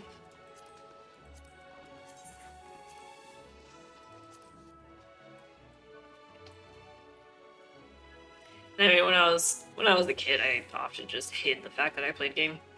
Every time I like played games with people or bonded over gaming, I always got in trouble for it. So there was a time in elementary school where it was when the PlayStation 2 had just come out, and we got one like day one. Actually, we got one like a week early because of how, I don't know, things were back then. Like my mom, like she just always pulled magic to like get shit early and shit like that. So we got our PlayStation. We had our PlayStation 2, and we had the multi-tap and the video game bouncer. So you could get like so many. I think it was like 8 people, 6 people maybe. I don't know, something like that. 6 to 8 people could like play at a time. And so I was like, oh shit, yeah, I'll invite like all these people over to come and play bouncer. Because I was talking to someone about it at school, and I was talking to the kid I sat next to in class, who was a boy, and I was like, oh yeah, would like, you know, you and like the other guys who play games want to like come over and play bouncer? Like we just got our PlayStation 2 and shit. And of course, loads of them come over to my house. I think it was like the 10 guys in my class or whatever. I mean, there were more than 10 guys in my class, but it was 10 of the guys in my class. All come over. We play video games. We play bouncer. I start getting pissed off because, like, at some point, they, like, I'm out of the rotation of, like, who's getting to play at a time. And I was like, what the fuck? Like, I haven't gotten to play in, like, 4 deaths or whatever. My mom made everyone bagel bites. Whatever. It was okay. It wasn't the worst. It was like, it was an okay time. Again, I don't think any of the guys knew who I was. Most of them I didn't talk to very often. And then school, because I think that happened like a Friday night or whatever. Yeah, bagel bites. I have some bagel bites in the freezer right now. I always have bagel bites in the freezer, what am I saying? But anyways, after the weekend, go back to school.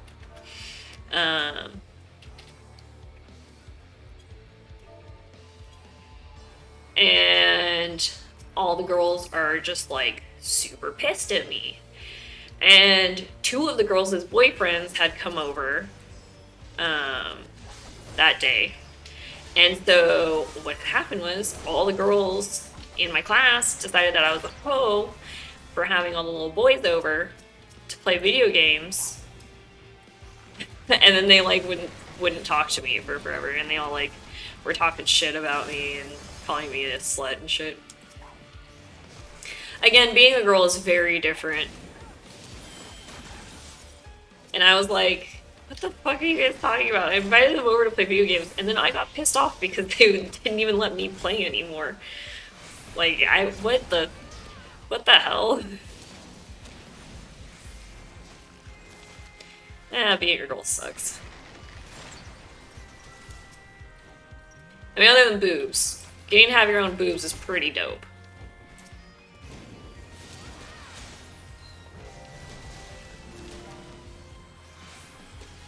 It's like the only nicety we get in life. Don't have to be a girl to have your own boobs. Just eat enough ice cream. True. I didn't mean to, you know, exclude anyone.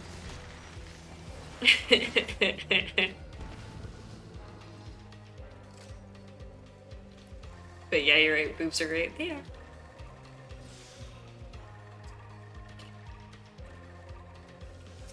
I mean, I also feel like some women don't love having boobs, so I shouldn't speak on behalf of all women there. I know a few girls who feel like they're more of a hindrance than an enjoyment, but that is where you go, the other side of the coin.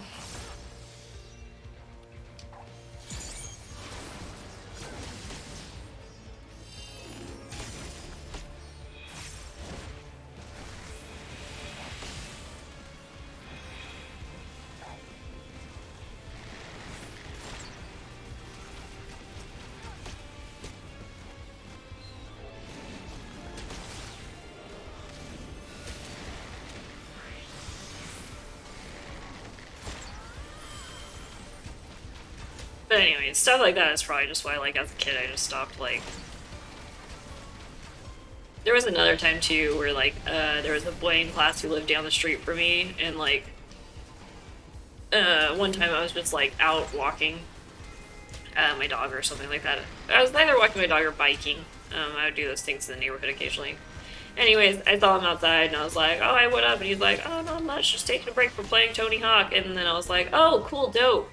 And then we went and played Tony Hawk for a bit, and then his girlfriend, like, screamed at me the next day at school, and I was like, or, like, called me a skank and all that kind of shit, you know? Whatever. And I was just like, it's too much, it's just too much. It's just too much work to deal with the consequences.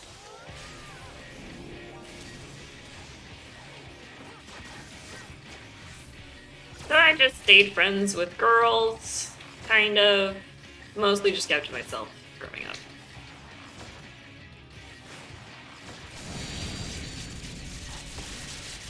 God damn it.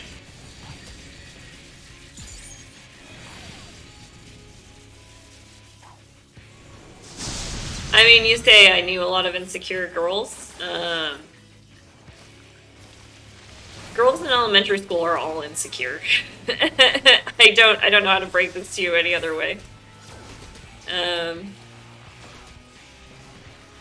It's a very difficult time of life. It is not... Right? They don't get it. I mean, also, we're talking about people who would get mad about this shit and then be, like, broken up with the guy the next day. It's not like any of it meant anything. It's just, like, that was just what... I mean, that was just the drama that they liked to play. And if you know, if they could find any reason, they would just find a way. And as the one who just, like, I mean, I just really didn't care. Like, especially when I was a little kid, I just really didn't care. I would just avoid it like the plague. I would just be like, oh, fine, if I want to have someone come and talk to me over something that I did or said or hung out with someone, I'm just gonna not do this stuff anymore. And then I didn't for a long time.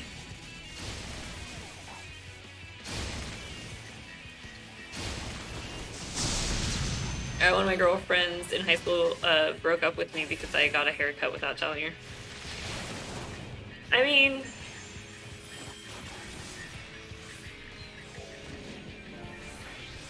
I mean, females, man. Especially with, like, between the ages of, like, 9 and 22. Women are just insane. Some of them never get out of it, too, but those are just the most volatile years, I would say. On average. Depends on the girl, but... Icon? Subscribe to tier 3! What?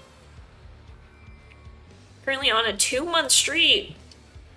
Hope you're having a great evening. I am! Thank you, Iconics! Thank you for the tier 3! That's very exciting. What took you so long? How is your night going? Remotes are in trouble. Let's split up.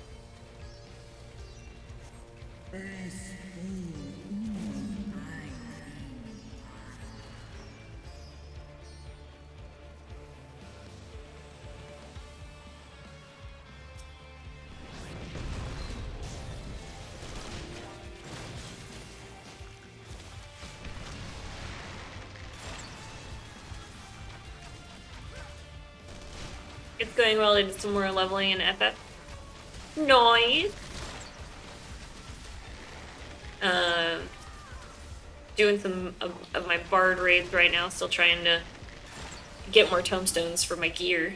But I, outside of streaming, have been leveling my white mage. I'm level 76, so getting max soon, hopefully. Very exciting stuff. There's nothing that I am have ever been so excited for as getting to do, like, I want to get to do like the top tier raid shit healing. I'm excited for it. My paladin is up to 58. Oh dang, you're actually not like you're in the good leveling stage now. Like 60 through 80 will just fly right by. Oh, no, you don't.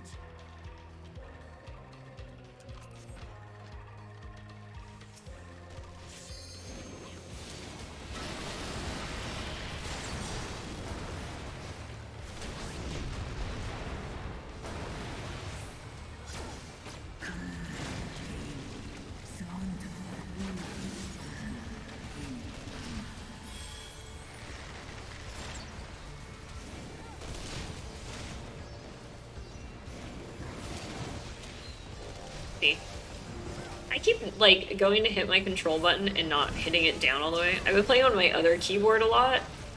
I don't know if anyone else experiences that. The million quests at the end of ARR were quite the test of endurance. Yes, that is honestly like the longest. Like that 100, I think it's like 100 quests after the end, before like Heavensward stuff starts. Oof. That's the hard part. After AR and up to Heavensward, yeah. That stuff's just not that much fun. But I mean, it's old content. I mean, it's real rough because it's also not like bad. It's just real long. It draws on way too much. But now that you're past it, I mean, especially once you get into like Stormblood flies by. Shadowbringer is just a treat also, so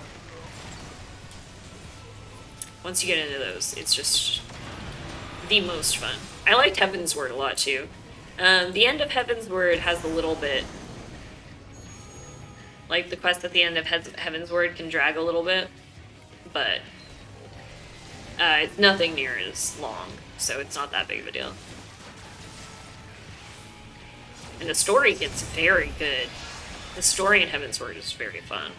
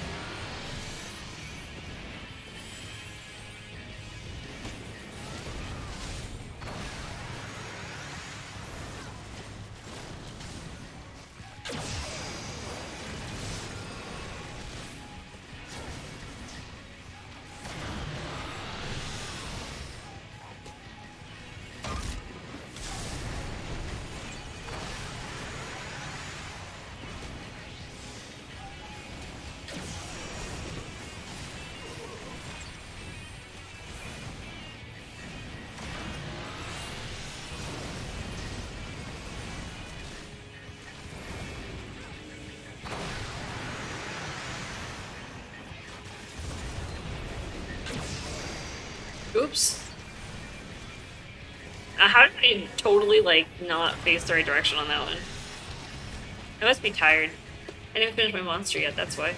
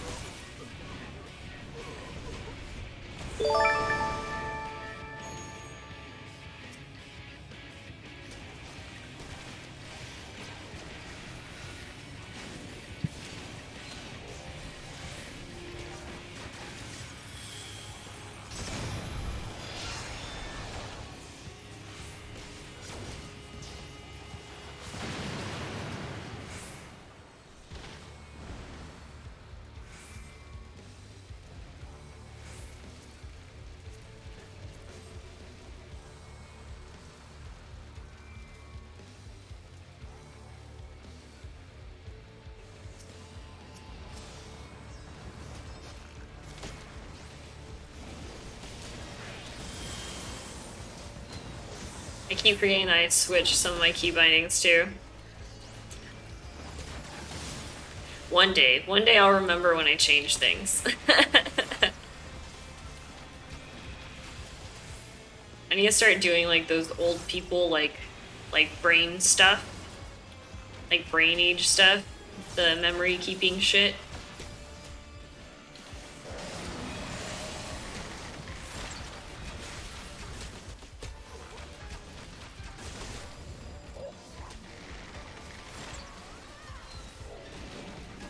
My mind is just slipping. My mind keeps on slipping, slipping, slipping out of memory. I can remember the stupidest shit, like...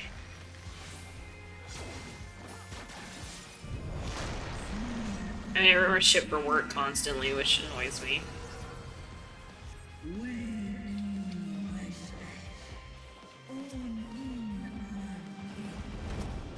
Oops.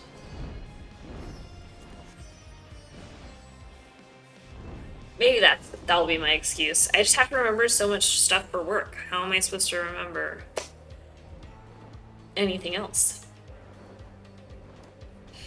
I have to remember 4 different products worth of information. Oh, 5 different products. What am I saying? So much knowledge of systems and procedures for jobs I quit ages ago.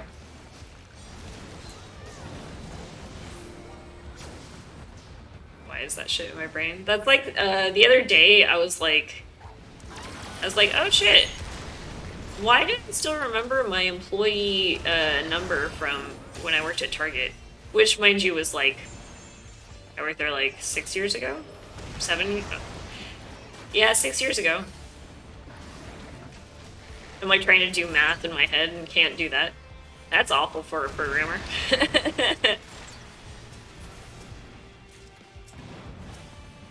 And really a programmer.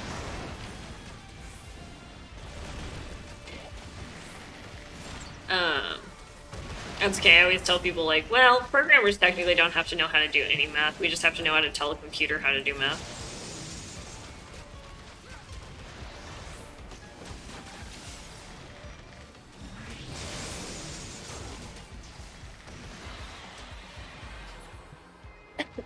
Which is probably why I'm so bad at like doing multiplication and division in my head nowadays, because I just don't ever have to. Oh, I already possess that. Nice.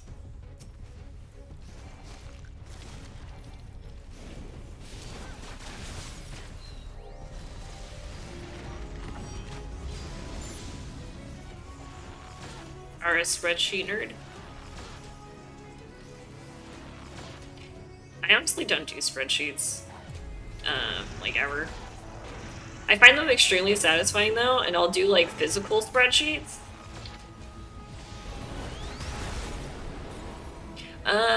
Like I don't really do spreadsheets at all.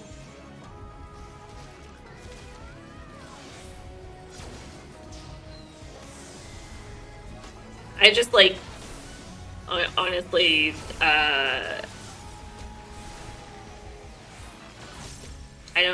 don't own Office. Even for work, I don't own Office. And while Open Office is okay, it's not.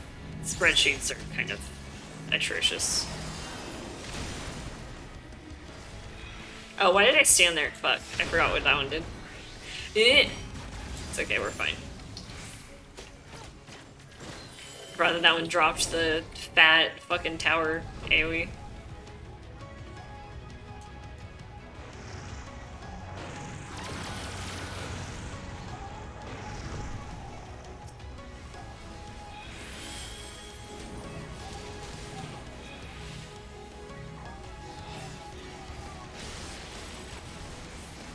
Oops. I'm slow right now. Again, I probably should finish my monster. I mean, for my job, I do programming and development. I'm the only programmer, so I just pretty much do everything. I mean, I'm the only developer. So I do programming, lighting, building lessons, stuff like that. making installers even. God, that's been annoying this week. We getting complaints about our current installer. Mostly just because no one knows, no one can follow directions, so. They're like, oh, we can't install this kind of thing, because there's no internet access on certain simulators, but this thing requires internet access. And I'm like, well, why are you installing that? It's not required for the thing. And they're like, oh, it's never required for the thing. And I was like, no, it says so on this sheet of README, but no one knows how to read a README.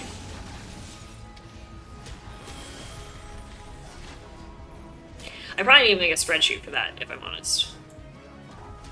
Because they seem to not know what to install when. And a spreadsheet might work better for that.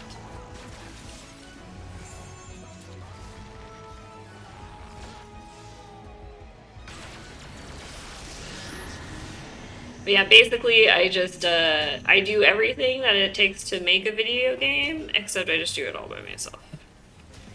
And, I mean, the product, as a result, I mean, you know, takes a long time to do stuff. But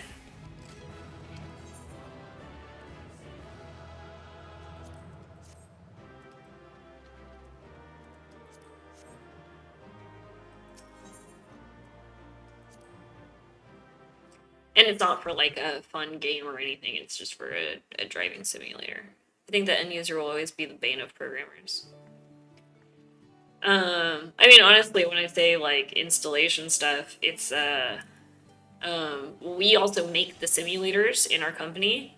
So we have an IT guy, kind of IT guy. He's a tech guy, I guess, who he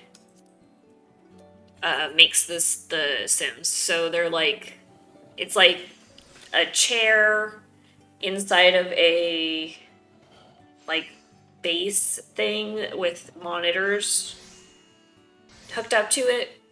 I don't know if I'm making any sense. It's like a cab. It's like an arcade machine, pretty much, except it's just like a chair, a steering wheel, and then the monitors.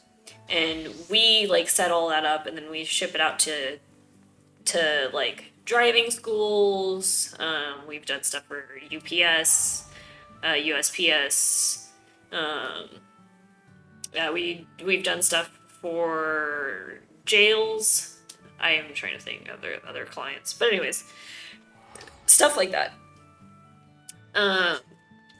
And the tech guy in our office can't even seem to install things correctly, so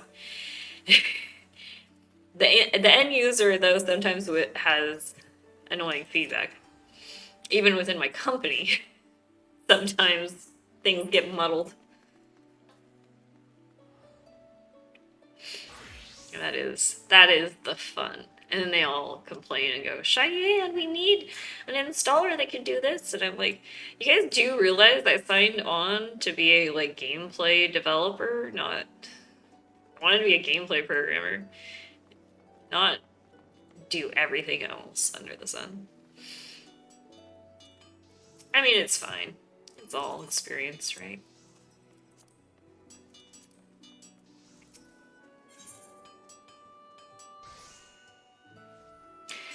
I mean, the installer thing is frustrating because I don't want to have to learn fucking how to create installers from scratch for some of the things that these people want, but it's looking like I'm gonna have to start doing that soon.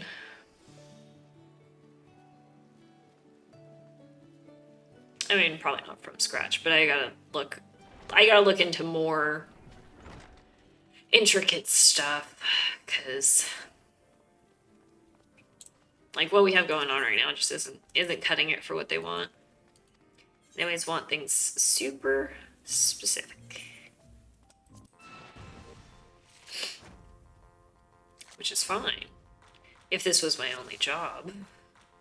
But I'm also in the middle of rebaking out worlds and recreating a new road system for certain things. Let's waste you.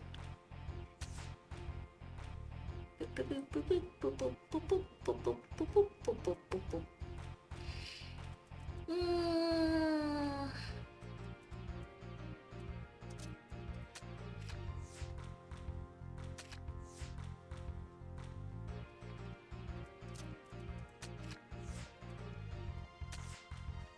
There we go. Nice.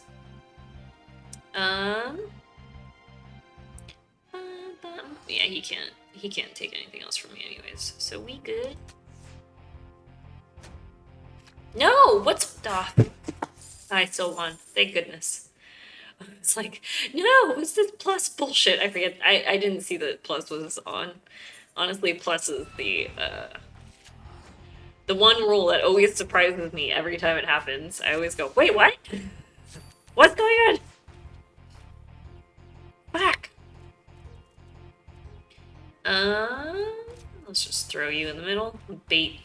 Throw some bait out there. Did you get baited?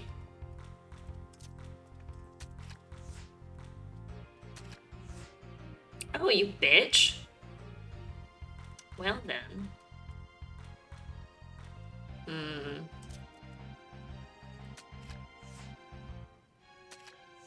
Ugh, would you stop that? It's very rude.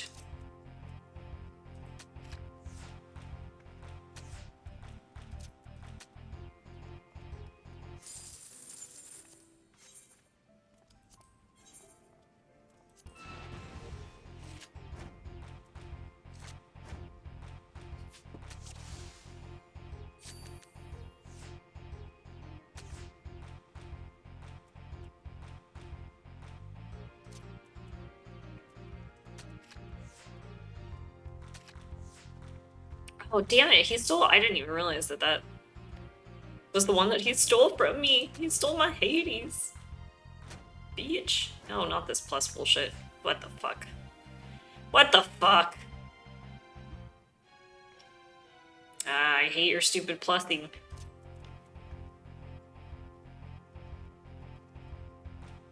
I can't do anything else. Yeah. I'm pretty much just destined to lose this.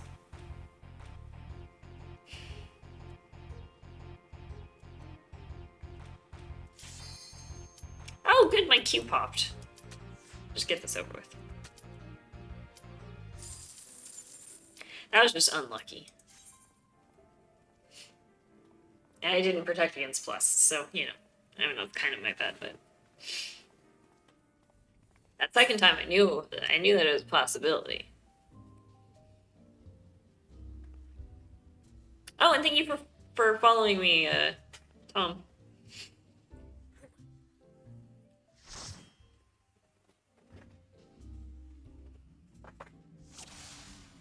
Let's go! Oh, does he have the little... Oh, look at that.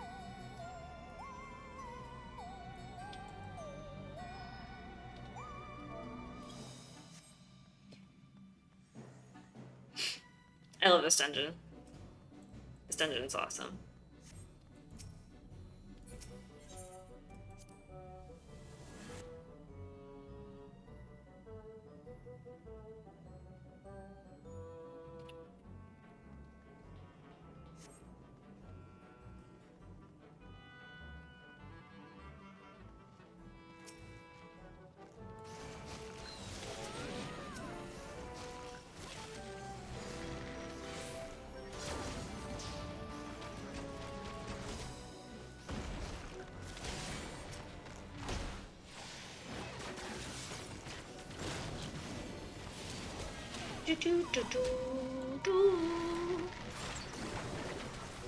Oh, this is making me excited for Halloween.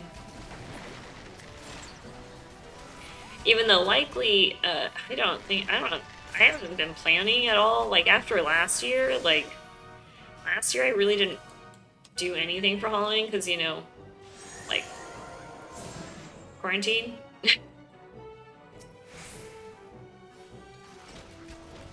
And this year, it just seems like, I don't know, the year has gone by so freaking fast for some reason.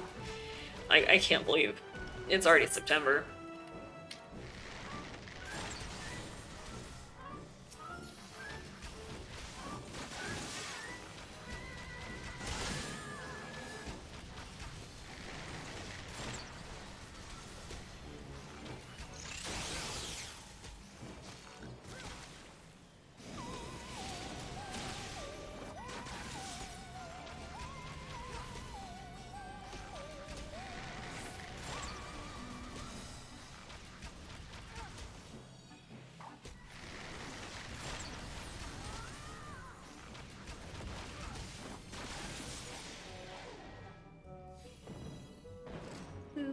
boo, boo.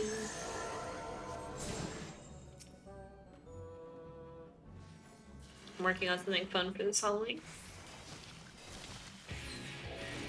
I used to every year spend a long time planning out a cool costume that I was gonna do. Run out of time to get the costume together, make the costume, or you know, whatever. And then end up just going for whatever I could throw together from shit I found on Amazon. I mean, and to be fair, it still ended up really cool.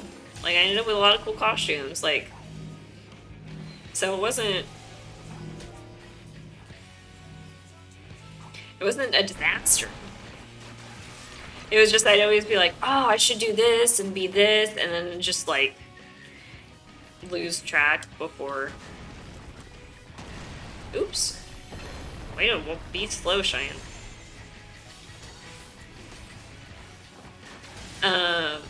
Like one year, and none of them do I remember what I wanted to be, but one year I ended up being Emma Frost because finding like a white shirt, white pants, white shoes, pretty easy. But I happened to have blonde hair at the time, so I was like, oh, dope, that works. And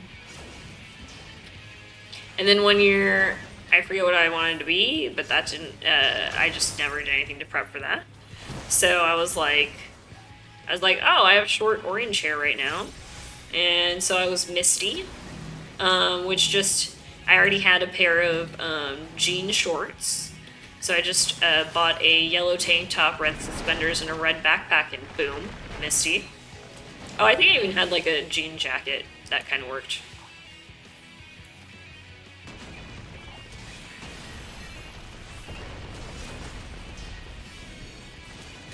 Well, the whole month of October, I'm going to have a spooky themed gift for my wife each day. Starting small up to a big thing on Halloween. Some gifts will be part of a whole. Oh, that's awesome. That's a very nice thing to do.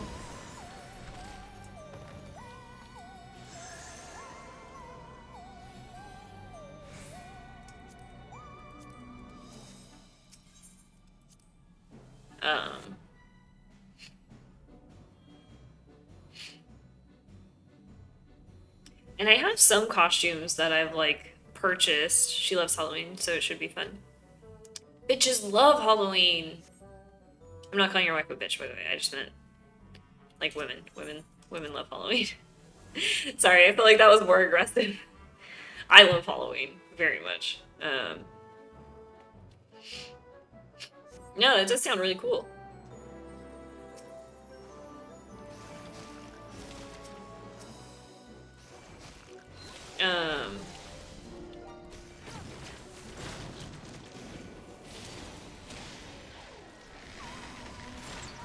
I also just feel like I don't know.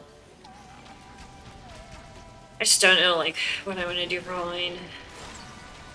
The unfortunate part is, like, my friends usually go out to one of my friends' ranch and for Halloween. Like, they did it, like, the last 2 years.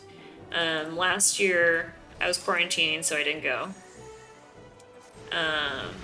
You know, I was staying home. I didn't go out during COVID. But they all went to my friend's, I say his ranch. He doesn't own the ranch. He just lives in a house that's on a ranch, like, out in the middle of nowhere. But it's like an hour and a half away. And they did that a couple years ago, too, but we used to, in town, they would have, like, a downtown type, like, festival every year kind of thing. Like, at night, they would have, like, you know, booths with music and drinks and stuff like that. But they shut those down a few years ago, so. And this year, I'm just like, I just don't even know. I just don't even know what we're gonna do. I mean, we're gonna have a puppy then. We're getting a puppy in the beginning of October. So, who knows if we're gonna be able to, like, Especially, like, if everyone's going over to my friend's ranch, can't take a puppy out there.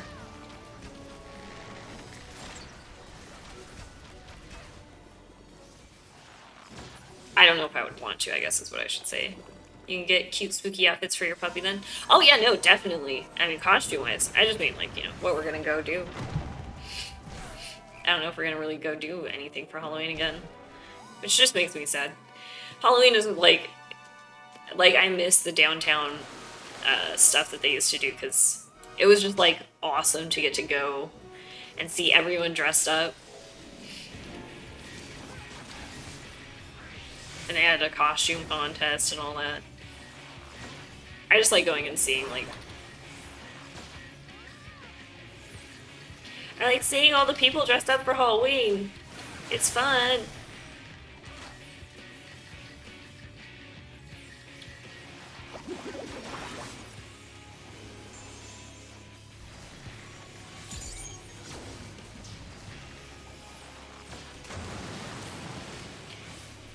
And I mean, we could always go somewhere like, you know, a local place, but it's just not the same. It's not the same as it used to be back when you could just...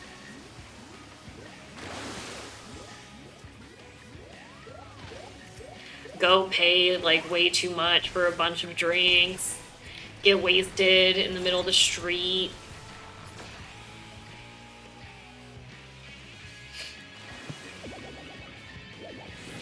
Listen to some shitty DJ.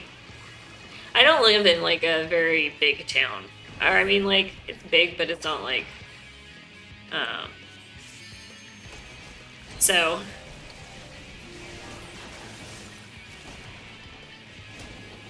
It's not like we had quality of anything going on downtown, but... You know, it's just fun.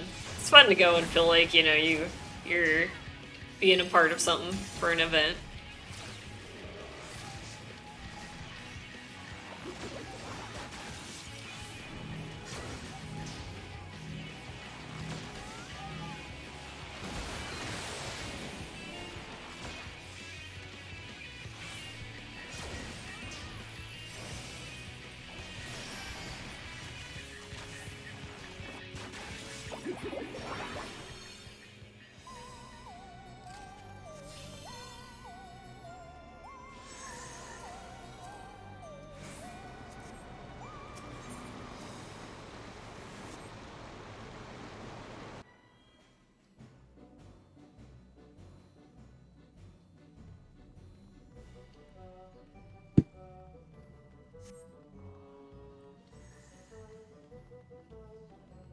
There was one year that we just went to a friend's house for Halloween, and we there was about 5 of us, I think, who ended up all dressing up like characters from Bob's Burgers. That was fun. Ever been to a haunted house? Yeah. Not in a really long time though. I'm not a huge fan of haunted houses, mostly just because, like, the ones around here, again, don't live in a great area. The ones around here just suck. They're always just, like, really shittily made. I mean, when I was a kid, I went to haunted houses all the time, though. One of my friends, his parents would make a haunted house every Halloween in his, like, backyard and garage. Like, it would run from the garage through to the backyard. And they would make it every year for the kids. It was, I mean, it was really cool. Like, it was pretty awesome. And, like, everyone in the neighborhood would go out. The funny part about that was all of the adults, after a while, just became obsessed with trying to scare me, because as a child, I just, like, had a problem where I just couldn't, like, had a problem. I mean, I was a messed up kid. I just never got scared. For anything, ever. Movies, TV, real life people jumping out at me. Nothing ever spooked me at all. So they would all just try and, like, catch me off guard and, like, scare me. Like, they thought it was, like, an act or something. It was just like, no, I know that I'm fine and no one here is gonna hurt. Like, I know I'm in an okay situation, so, like, you guys can do whatever you want to me. It doesn't matter. I know who you are. I know, like, I know you're not gonna do anything to actually hurt me. And if you do, I know my dad's standing over there, so... I don't know. I was a weird kid. Again, I don't blame other people for not liking me as a child. Also, when asked the question, like, what do you want to be when you grow up? I would say, like, forensic scientist all the time. And people would be like, what? And then when I was really little, I would just say vampire. I want to be a vampire when I grow up. Well, my wife does that. I don't get scared by anything, but she is pretty jumpy, so I can get her easy, and she tries so hard but can't get any reaction out of me.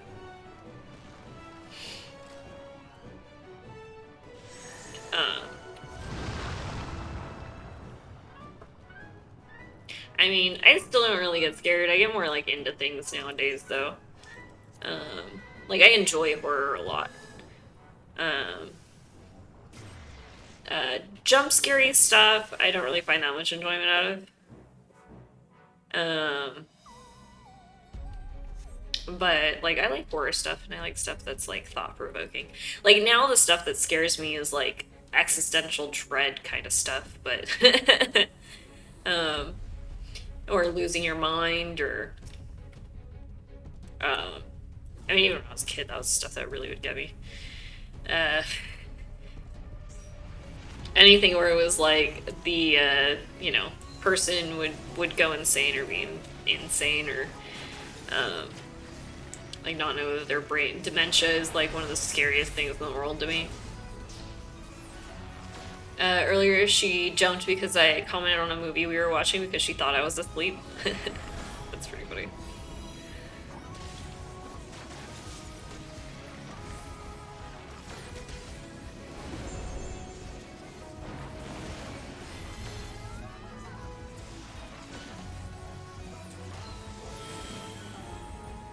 But yeah, I think mostly because of, like, I don't know, just my experiences in haunted houses have always just been, like, so, like, oh, we're gonna spook ya, and then it's just, like, not a lot of fun.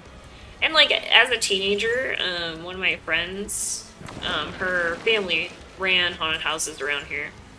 And so we would go to them, and it was, like, that was kind of fun because we were just a bunch of teenagers, like, you know, fucking around at a haunted house. As an adult, I've just had no real desire to go to a haunted house. Again, I think just because the ones around here just really aren't worth it. They don't have the budget, you know. To her credit, I actually was asleep. I happened to wake up at that exact moment and thought of something to say.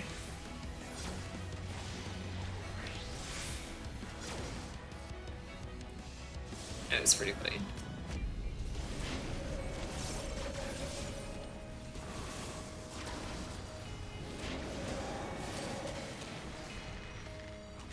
I mean, when I do that to my boyfriend, where I just, like, wake up and start talking, he just goes, uh-huh, babe, yeah. Uh-huh. And I'm like, it takes me, though, like, so long to function after I've fallen asleep. Especially if we're, like, watching something and I've fallen asleep on the couch. I'm always, like, dead when I first wake up. He'll be like, oh, you need to go to bed, babe. And I'm like,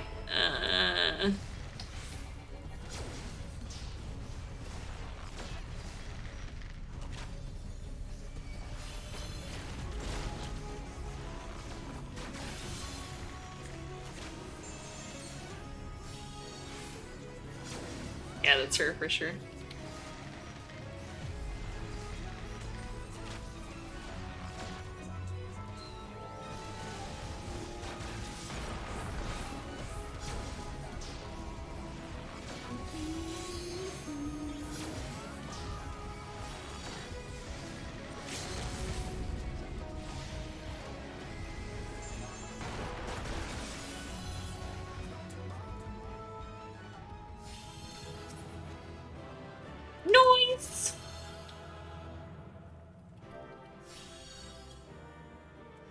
sweet ass.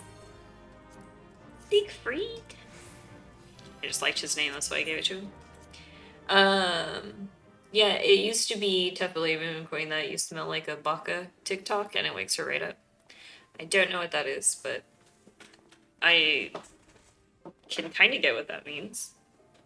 I don't know that idiots have a smell, but that's okay. Because she just looks at me and goes, "That's fucking rude." It is fucking rude.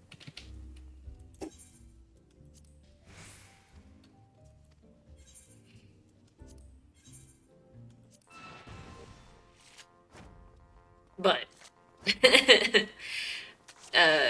rude can still be funny.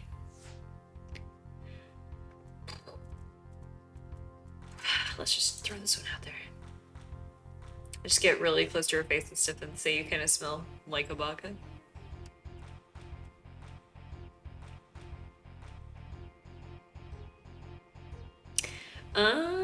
Shit.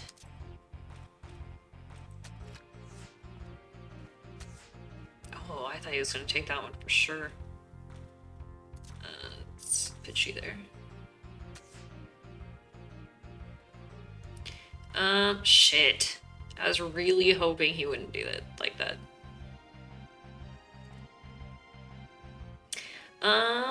Book.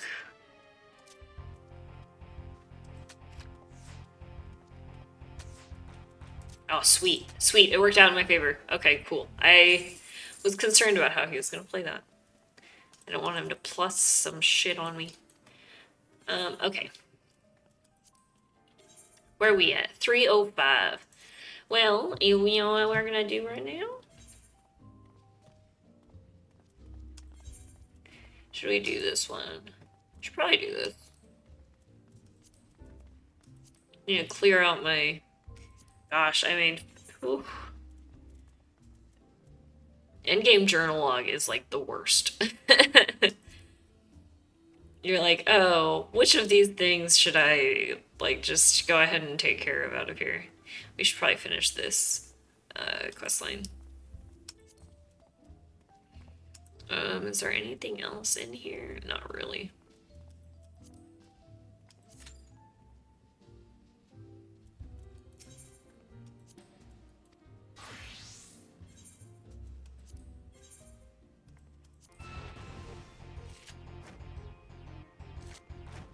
Boop, boop, boop, boop, boop, boop, boop.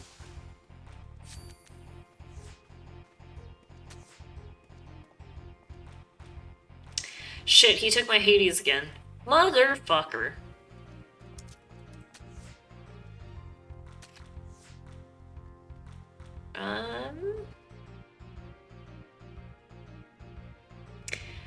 What's this timeout thing do? Oh, you mean in Twitch?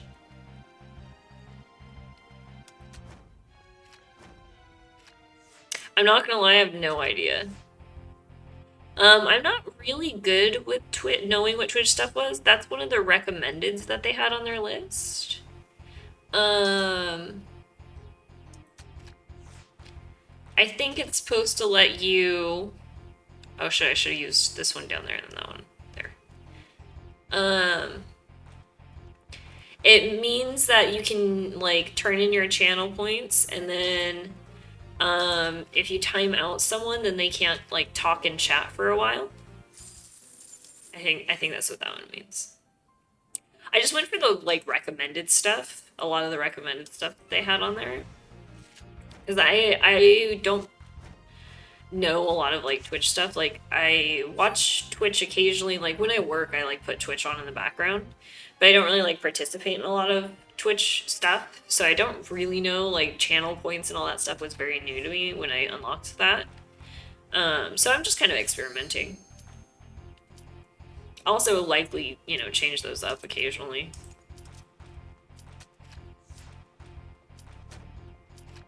Oh, bitch. Okay, well, we have a queue. So we need to get you over with soon here.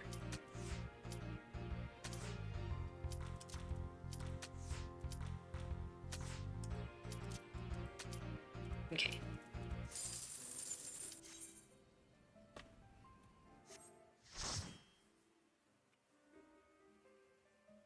I have one for mine for no swearing that my friend always activates because he turns on my stream in front of his kids. That's a good idea. I don't think I could do the no swearing. I don't know when I swear. I would just fail. It's tough. I mean, I used to also just like... I don't know, I used to just not ever swear during, like, for me swearing is like super situational. I mean, like, when I was, you know, working customer service, I had no trouble with not swearing then. I never swear around my mom.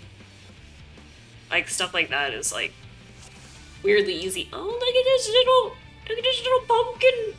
Look at the little pumpkin on his head! Oh, sorry. Distracted.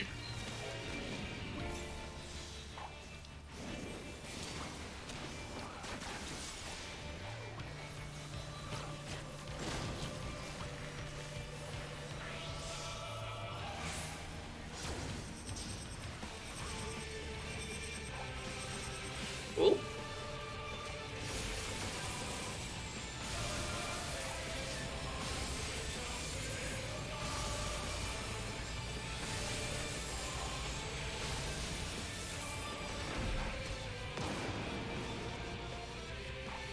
Oh, look at me, did that pretty good.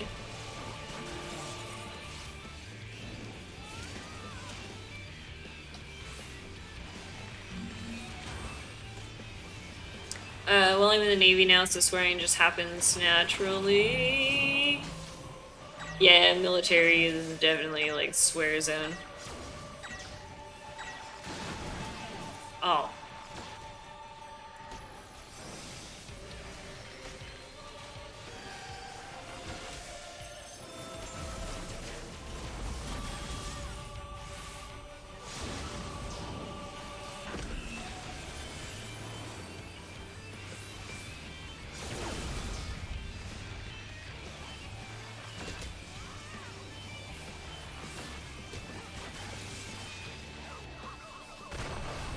Oh, okay, that's why those people.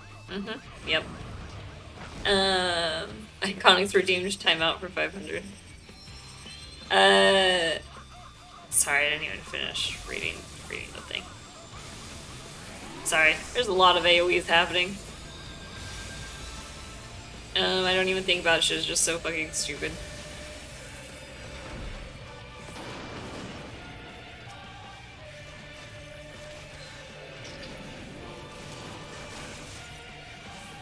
Do I even have, like...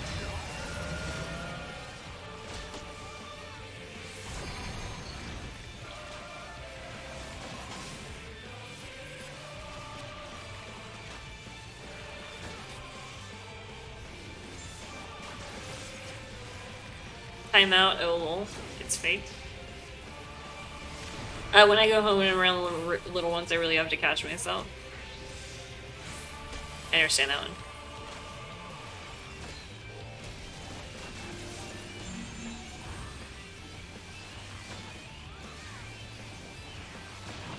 So, what did that do, Iconics?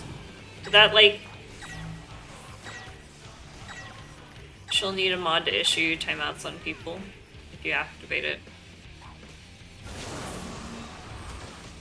And none of my mods are here. I mean, and if I wasn't in the middle of doing this, I could also do it, but...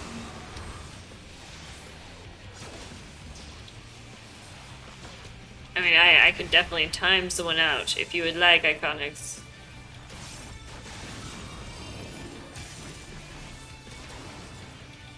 Managing your own stream is split? Yeah, I just don't have friends. Again.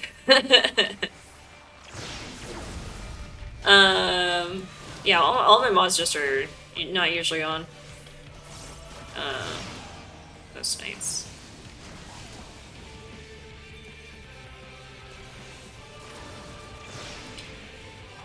I mean, one day...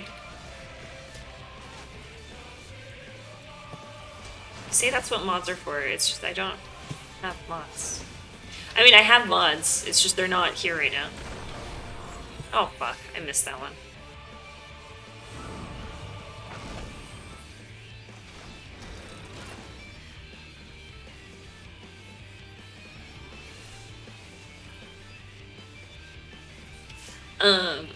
It's kind of hard to expect someone to like be a mod and watch your whole stream when you generally have 1 to 2 people in your stream at any given time.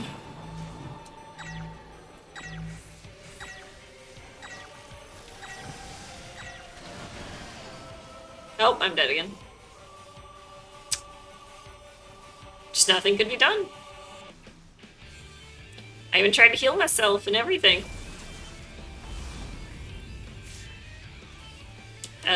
These poor healers are trying so hard to keep me alive.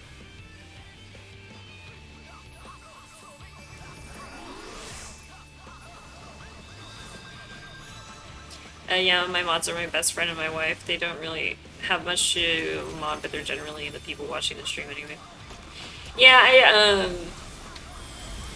I mean, all the people who are my mods, like my boyfriend's a mod, a few of my friends who all, like, know how Twitch works. But, I mean, they have lives.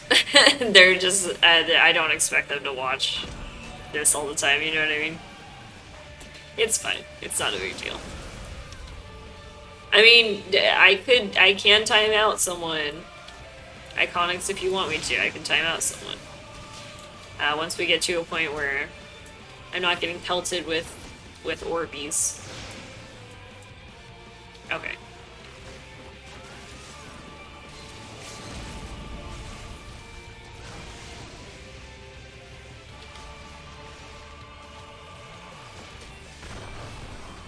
Yay! We didn't get kicked off that time. But a couple days ago when I was in a raid, these want to get famous bots showed up in mass and she had to ban them all.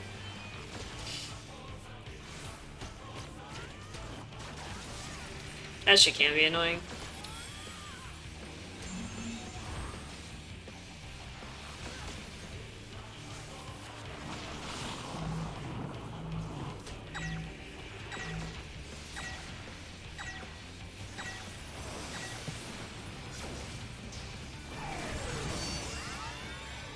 Is it dead yet?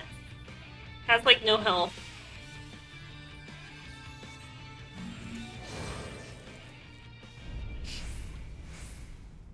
And I do need to still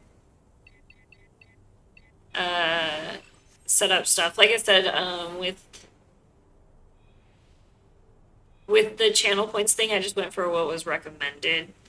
I think I can set up stuff like that automatically to happen. I need to look into some more stuff. Sorry guys, I've been meaning to make my stream a lot better. It's hard to find time. I just moved. Like, I work real hard all the time, always working. So I'm just doing this as a hobby. So unfortunately that means that sometimes I can't, like currently I've been focusing on trying to get some emotes, even if they're just temporary emotes, in place.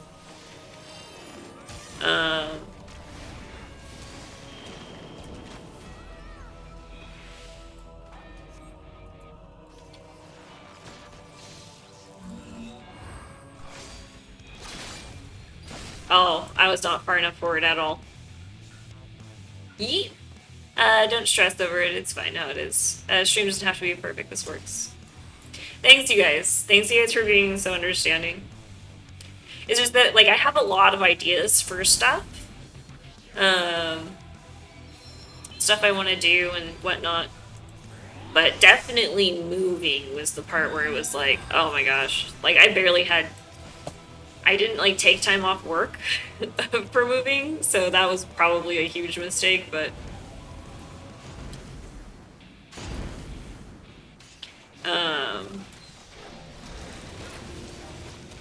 but that was just a whole slew of shit that still I feel like has been continuing to be shit Even though I've been here for almost 2 weeks. Like a week and a half at this point.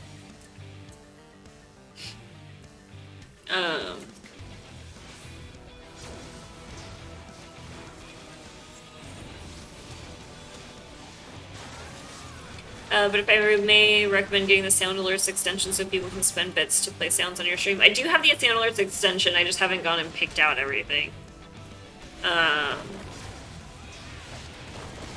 Like I have the extension there, it's just not set up correctly.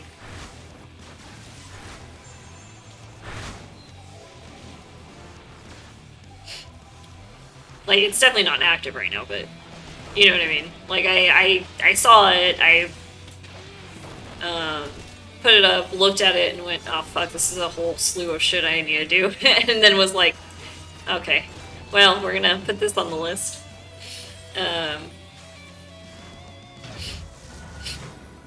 Like, I even have a whole bunch of shit that I want to add to the Streamlabs bot thing.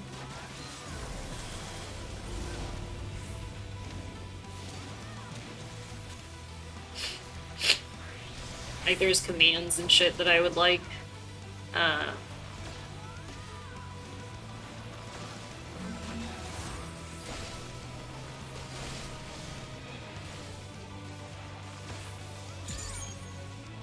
It's dope because you can upload your own sounds. Oh, well, that's cool. Oops.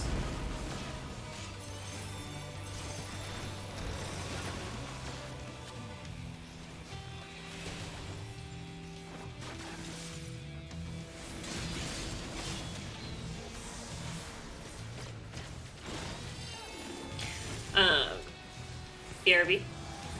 Yeah.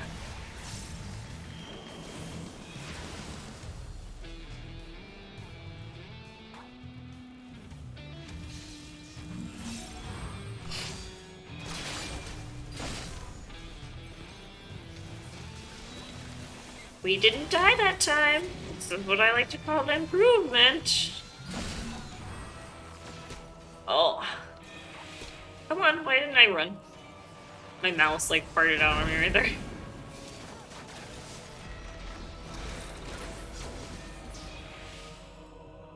Nice.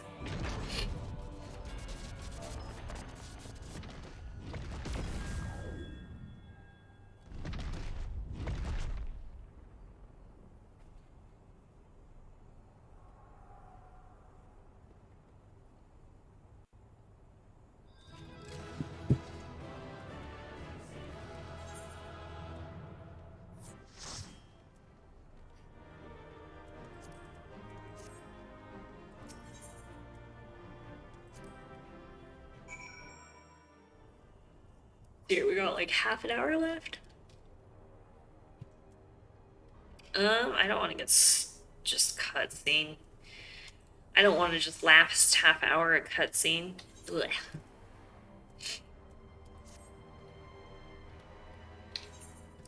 Let's just do... What do we got here? Let's just do a random dungeon.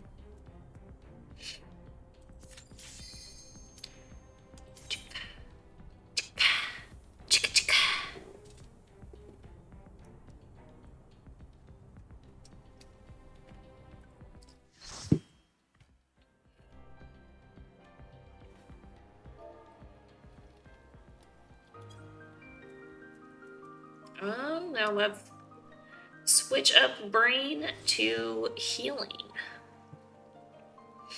We are heal boys. Boys and girls. Let's heal it up. Okay, back.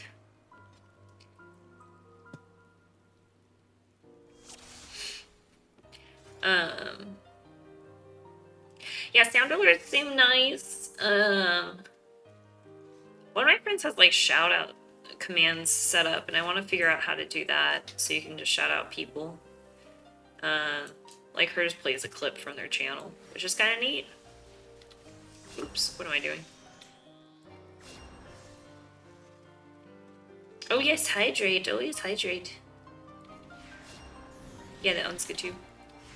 A lot of times the problem too is that like I go sit down to do like that kind of stuff after I've gotten off work, and my brain just goes like, really, we're gonna do more of this kind, because I mean like setting up stream stuff is very close to like, you know, the stuff I do for work. So my brain just goes, I don't feel like figuring this out.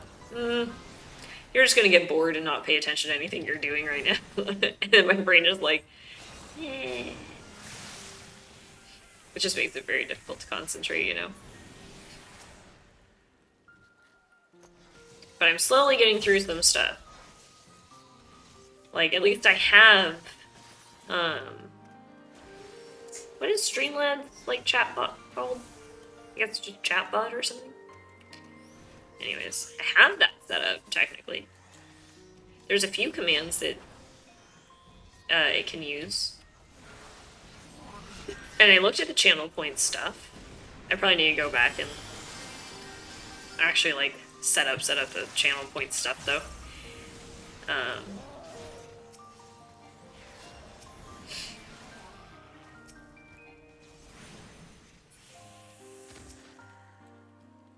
And then, yeah, I need to... Wow, that just hopped. She just, like, hopped on my screen. She just, like, disappeared and reappeared. That was weird. Yeah,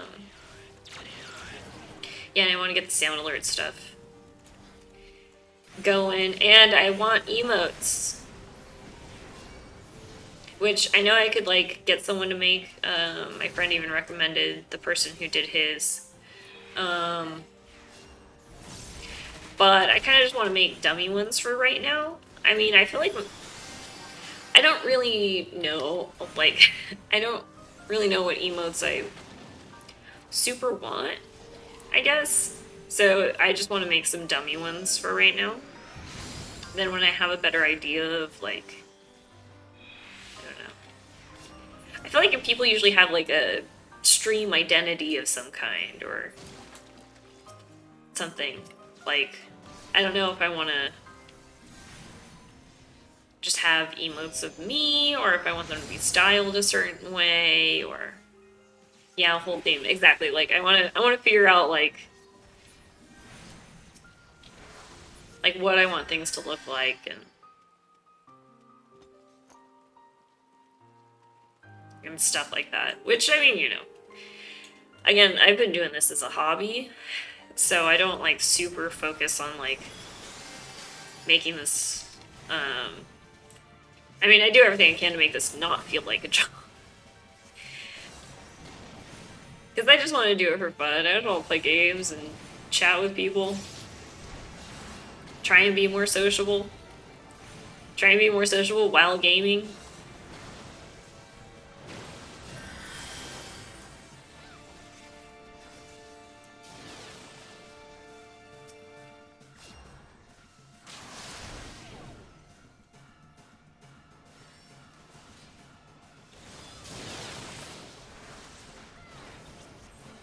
I feel like I'm getting like a little bit of lag going on. This is awkward.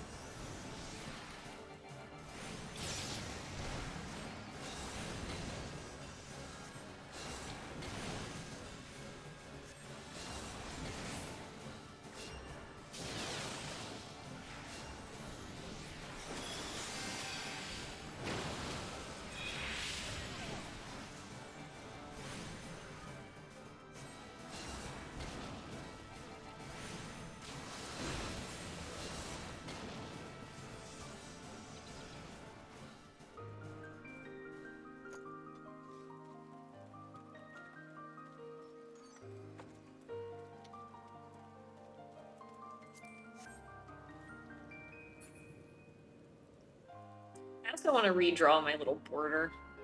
It's a little too, like, rounded. And I want it to be more, like, I don't know, something. I want it to be more something. I don't really know what yet. I kind of just, like, threw it together at one point when I was working one day and waiting on something to load. And I was like, oh, I'll make a nicer border than the one that I... Like, originally it was just a white box that was my border, you know? I was like, I'll make something a little bit nicer, but I threw it together in about 5 minutes, so in Photoshop, so it's not the best.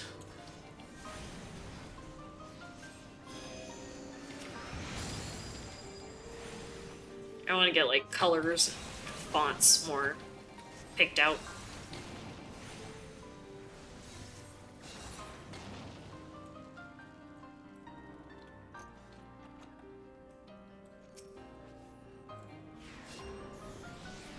I would like to have everything themed, like my my preference aesthetic wise is generally like white with black trim. Kind of like how my chair is like all white with black trim.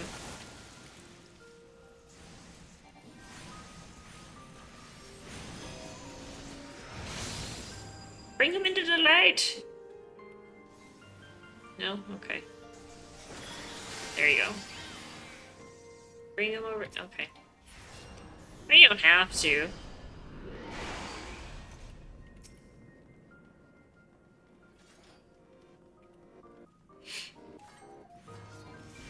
And I'm gonna start adding another day to my stream schedule. Soon, I'm gonna experiment, like, the next couple weekends. Now that I'm not living at my mom's house, it will be easier for me to stream on weekends and shit. So, I'm gonna figure out what day works for me for, like, another regular day.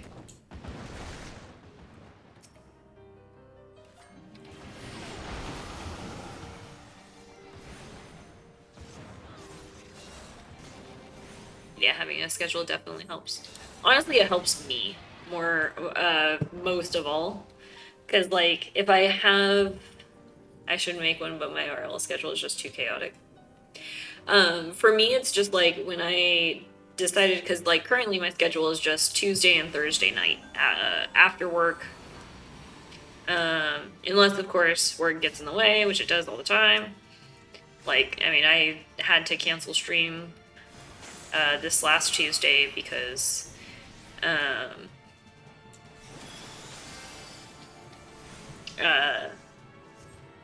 what do you call it? I was still rendering out shit for work, so I just couldn't stream. And sometimes there's stuff like that that's like there's nothing that can be done. But if I have my regular like, oh, I stream on this day and this day at this time and this time, it just helps me. It honestly helps me to be like, oh, this is when I should be in the mindset for this. This is when, like, you know, I can expect to do this thing. I can have something that I know I want to play. And then when I relax, I'm not, like, if it's like Wednesday and not one of my stream nights, I can just chill and be like, oh, I don't have to feel guilty for not streaming right now because, you know, I could be, but I'm not. But it's like, oh no, this is not one of my scheduled days, so it's fine.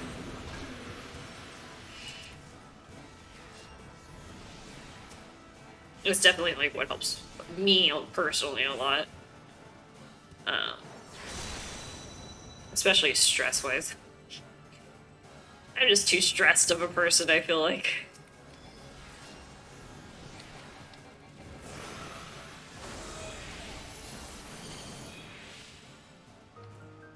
But yeah, now I'm like, oh, I think I could add another day. True, but it helps for viewership too because people know when to expect you. Yeah, like that's what all my friends said when I started streaming. And I was like, I don't know if I'm gonna make a schedule because it's gonna depend on how it works out. And it worked out for me better to make a schedule. But again, I do it for myself.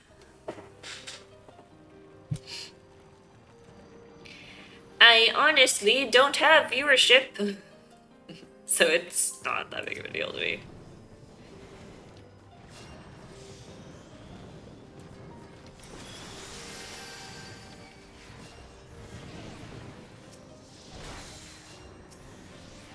There's a lot of things I should probably do for viewership reasons. I don't. But that is the ship that I am sinking in right now. And I choose to sink in this ship Yeah, I mainly do it so I clip funny parts, so I clip funny parts with friends. Give it time, it will grow. Oh, yeah. I mean, honestly, though, I'm not worried about it. Like, I'm not, like, I could do, there's a lot of stuff I could do. It's just not that big of a deal to me. I'm fine with, you know, fine with you guys. You guys are hanging out and chatting with me and keeping me company. It's fine with me. And even on the days where it's just like, you know, one or two of my friends hanging out lurking, I'm fine with that too. I don't care. I'll sit here and jibber jabber, and I will either jibber jabber while playing this game on stream or off stream, whether I have viewers, whether I don't. If anyone wants to come and join, they can join. They can sit here and chit chat back with me. But I just appreciate anyone who wants to come out and, you know, hang.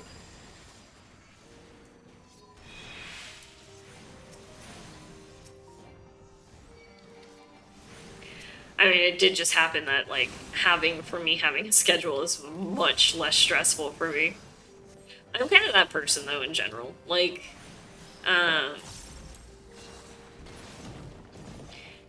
even when it goes to, like, hanging out with people or going out, it's like, oh, I will go out either this night at this time or this night at this time, and that's it.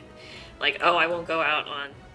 Like, I don't go out on Friday nights because Fridays are my days to just have nothing planned. It's like my true day off every week. Because, like, I feel like Saturday is the night where stuff is always planned. Like, there's always stuff planned. There's always either going out type stuff or, like, you know, barbecues, birthdays, etc., etc., etc. And then Sundays are always like, oh, I need to get things ready for next week. So it's like Fridays are my, like, I do nothing on Friday. I don't do housework. I order food. So I'm not even cooking.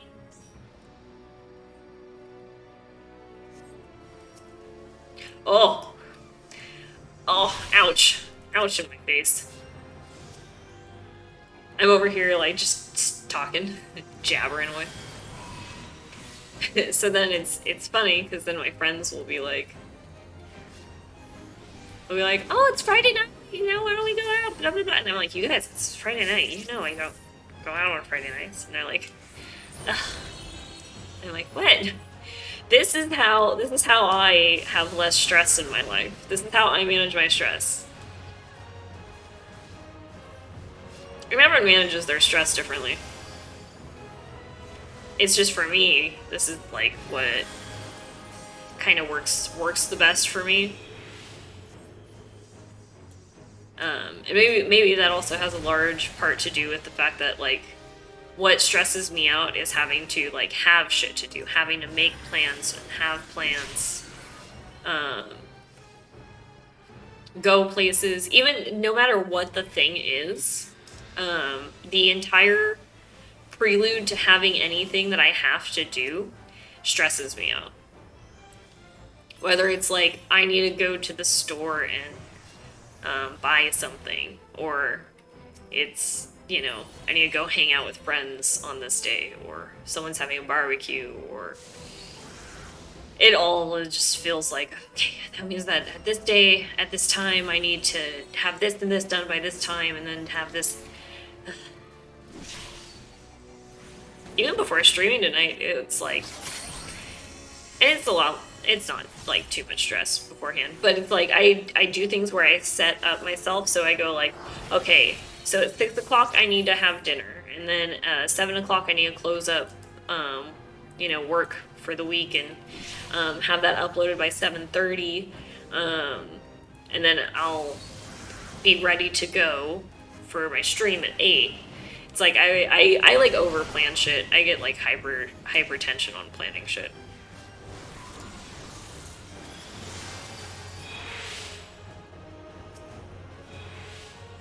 Totally relatable. Whenever I take a vacation day, it's literally just to stay home and do nothing. My family gets upset that I don't use time to travel to see them, but I'm like, I'm exhausted from working, so I'm not going to work more to travel on my days off. I feel the exact same way, and every year I do like 2 different types of vacations.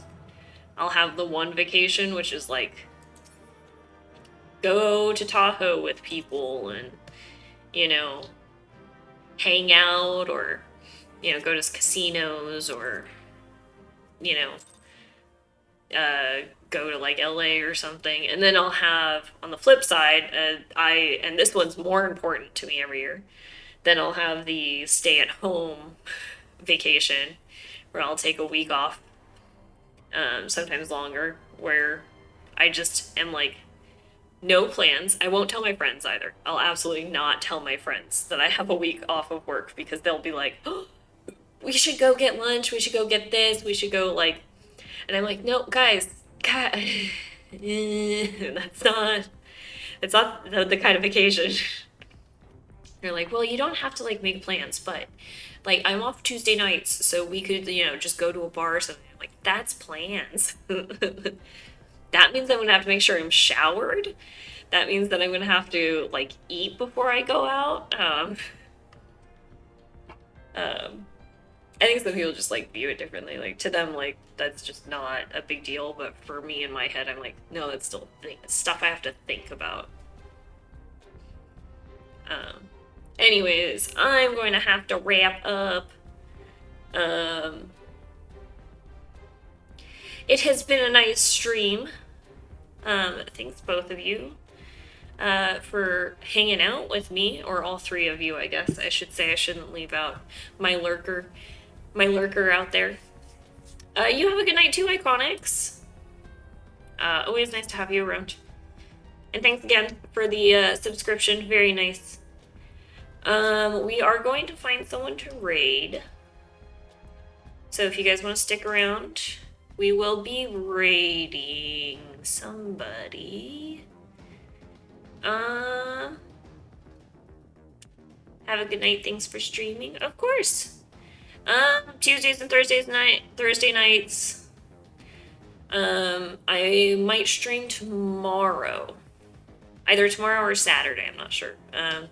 My Twitter, I always post before I go live. Same with my Instagram. I am Alexialrae on both Twitter and Instagram.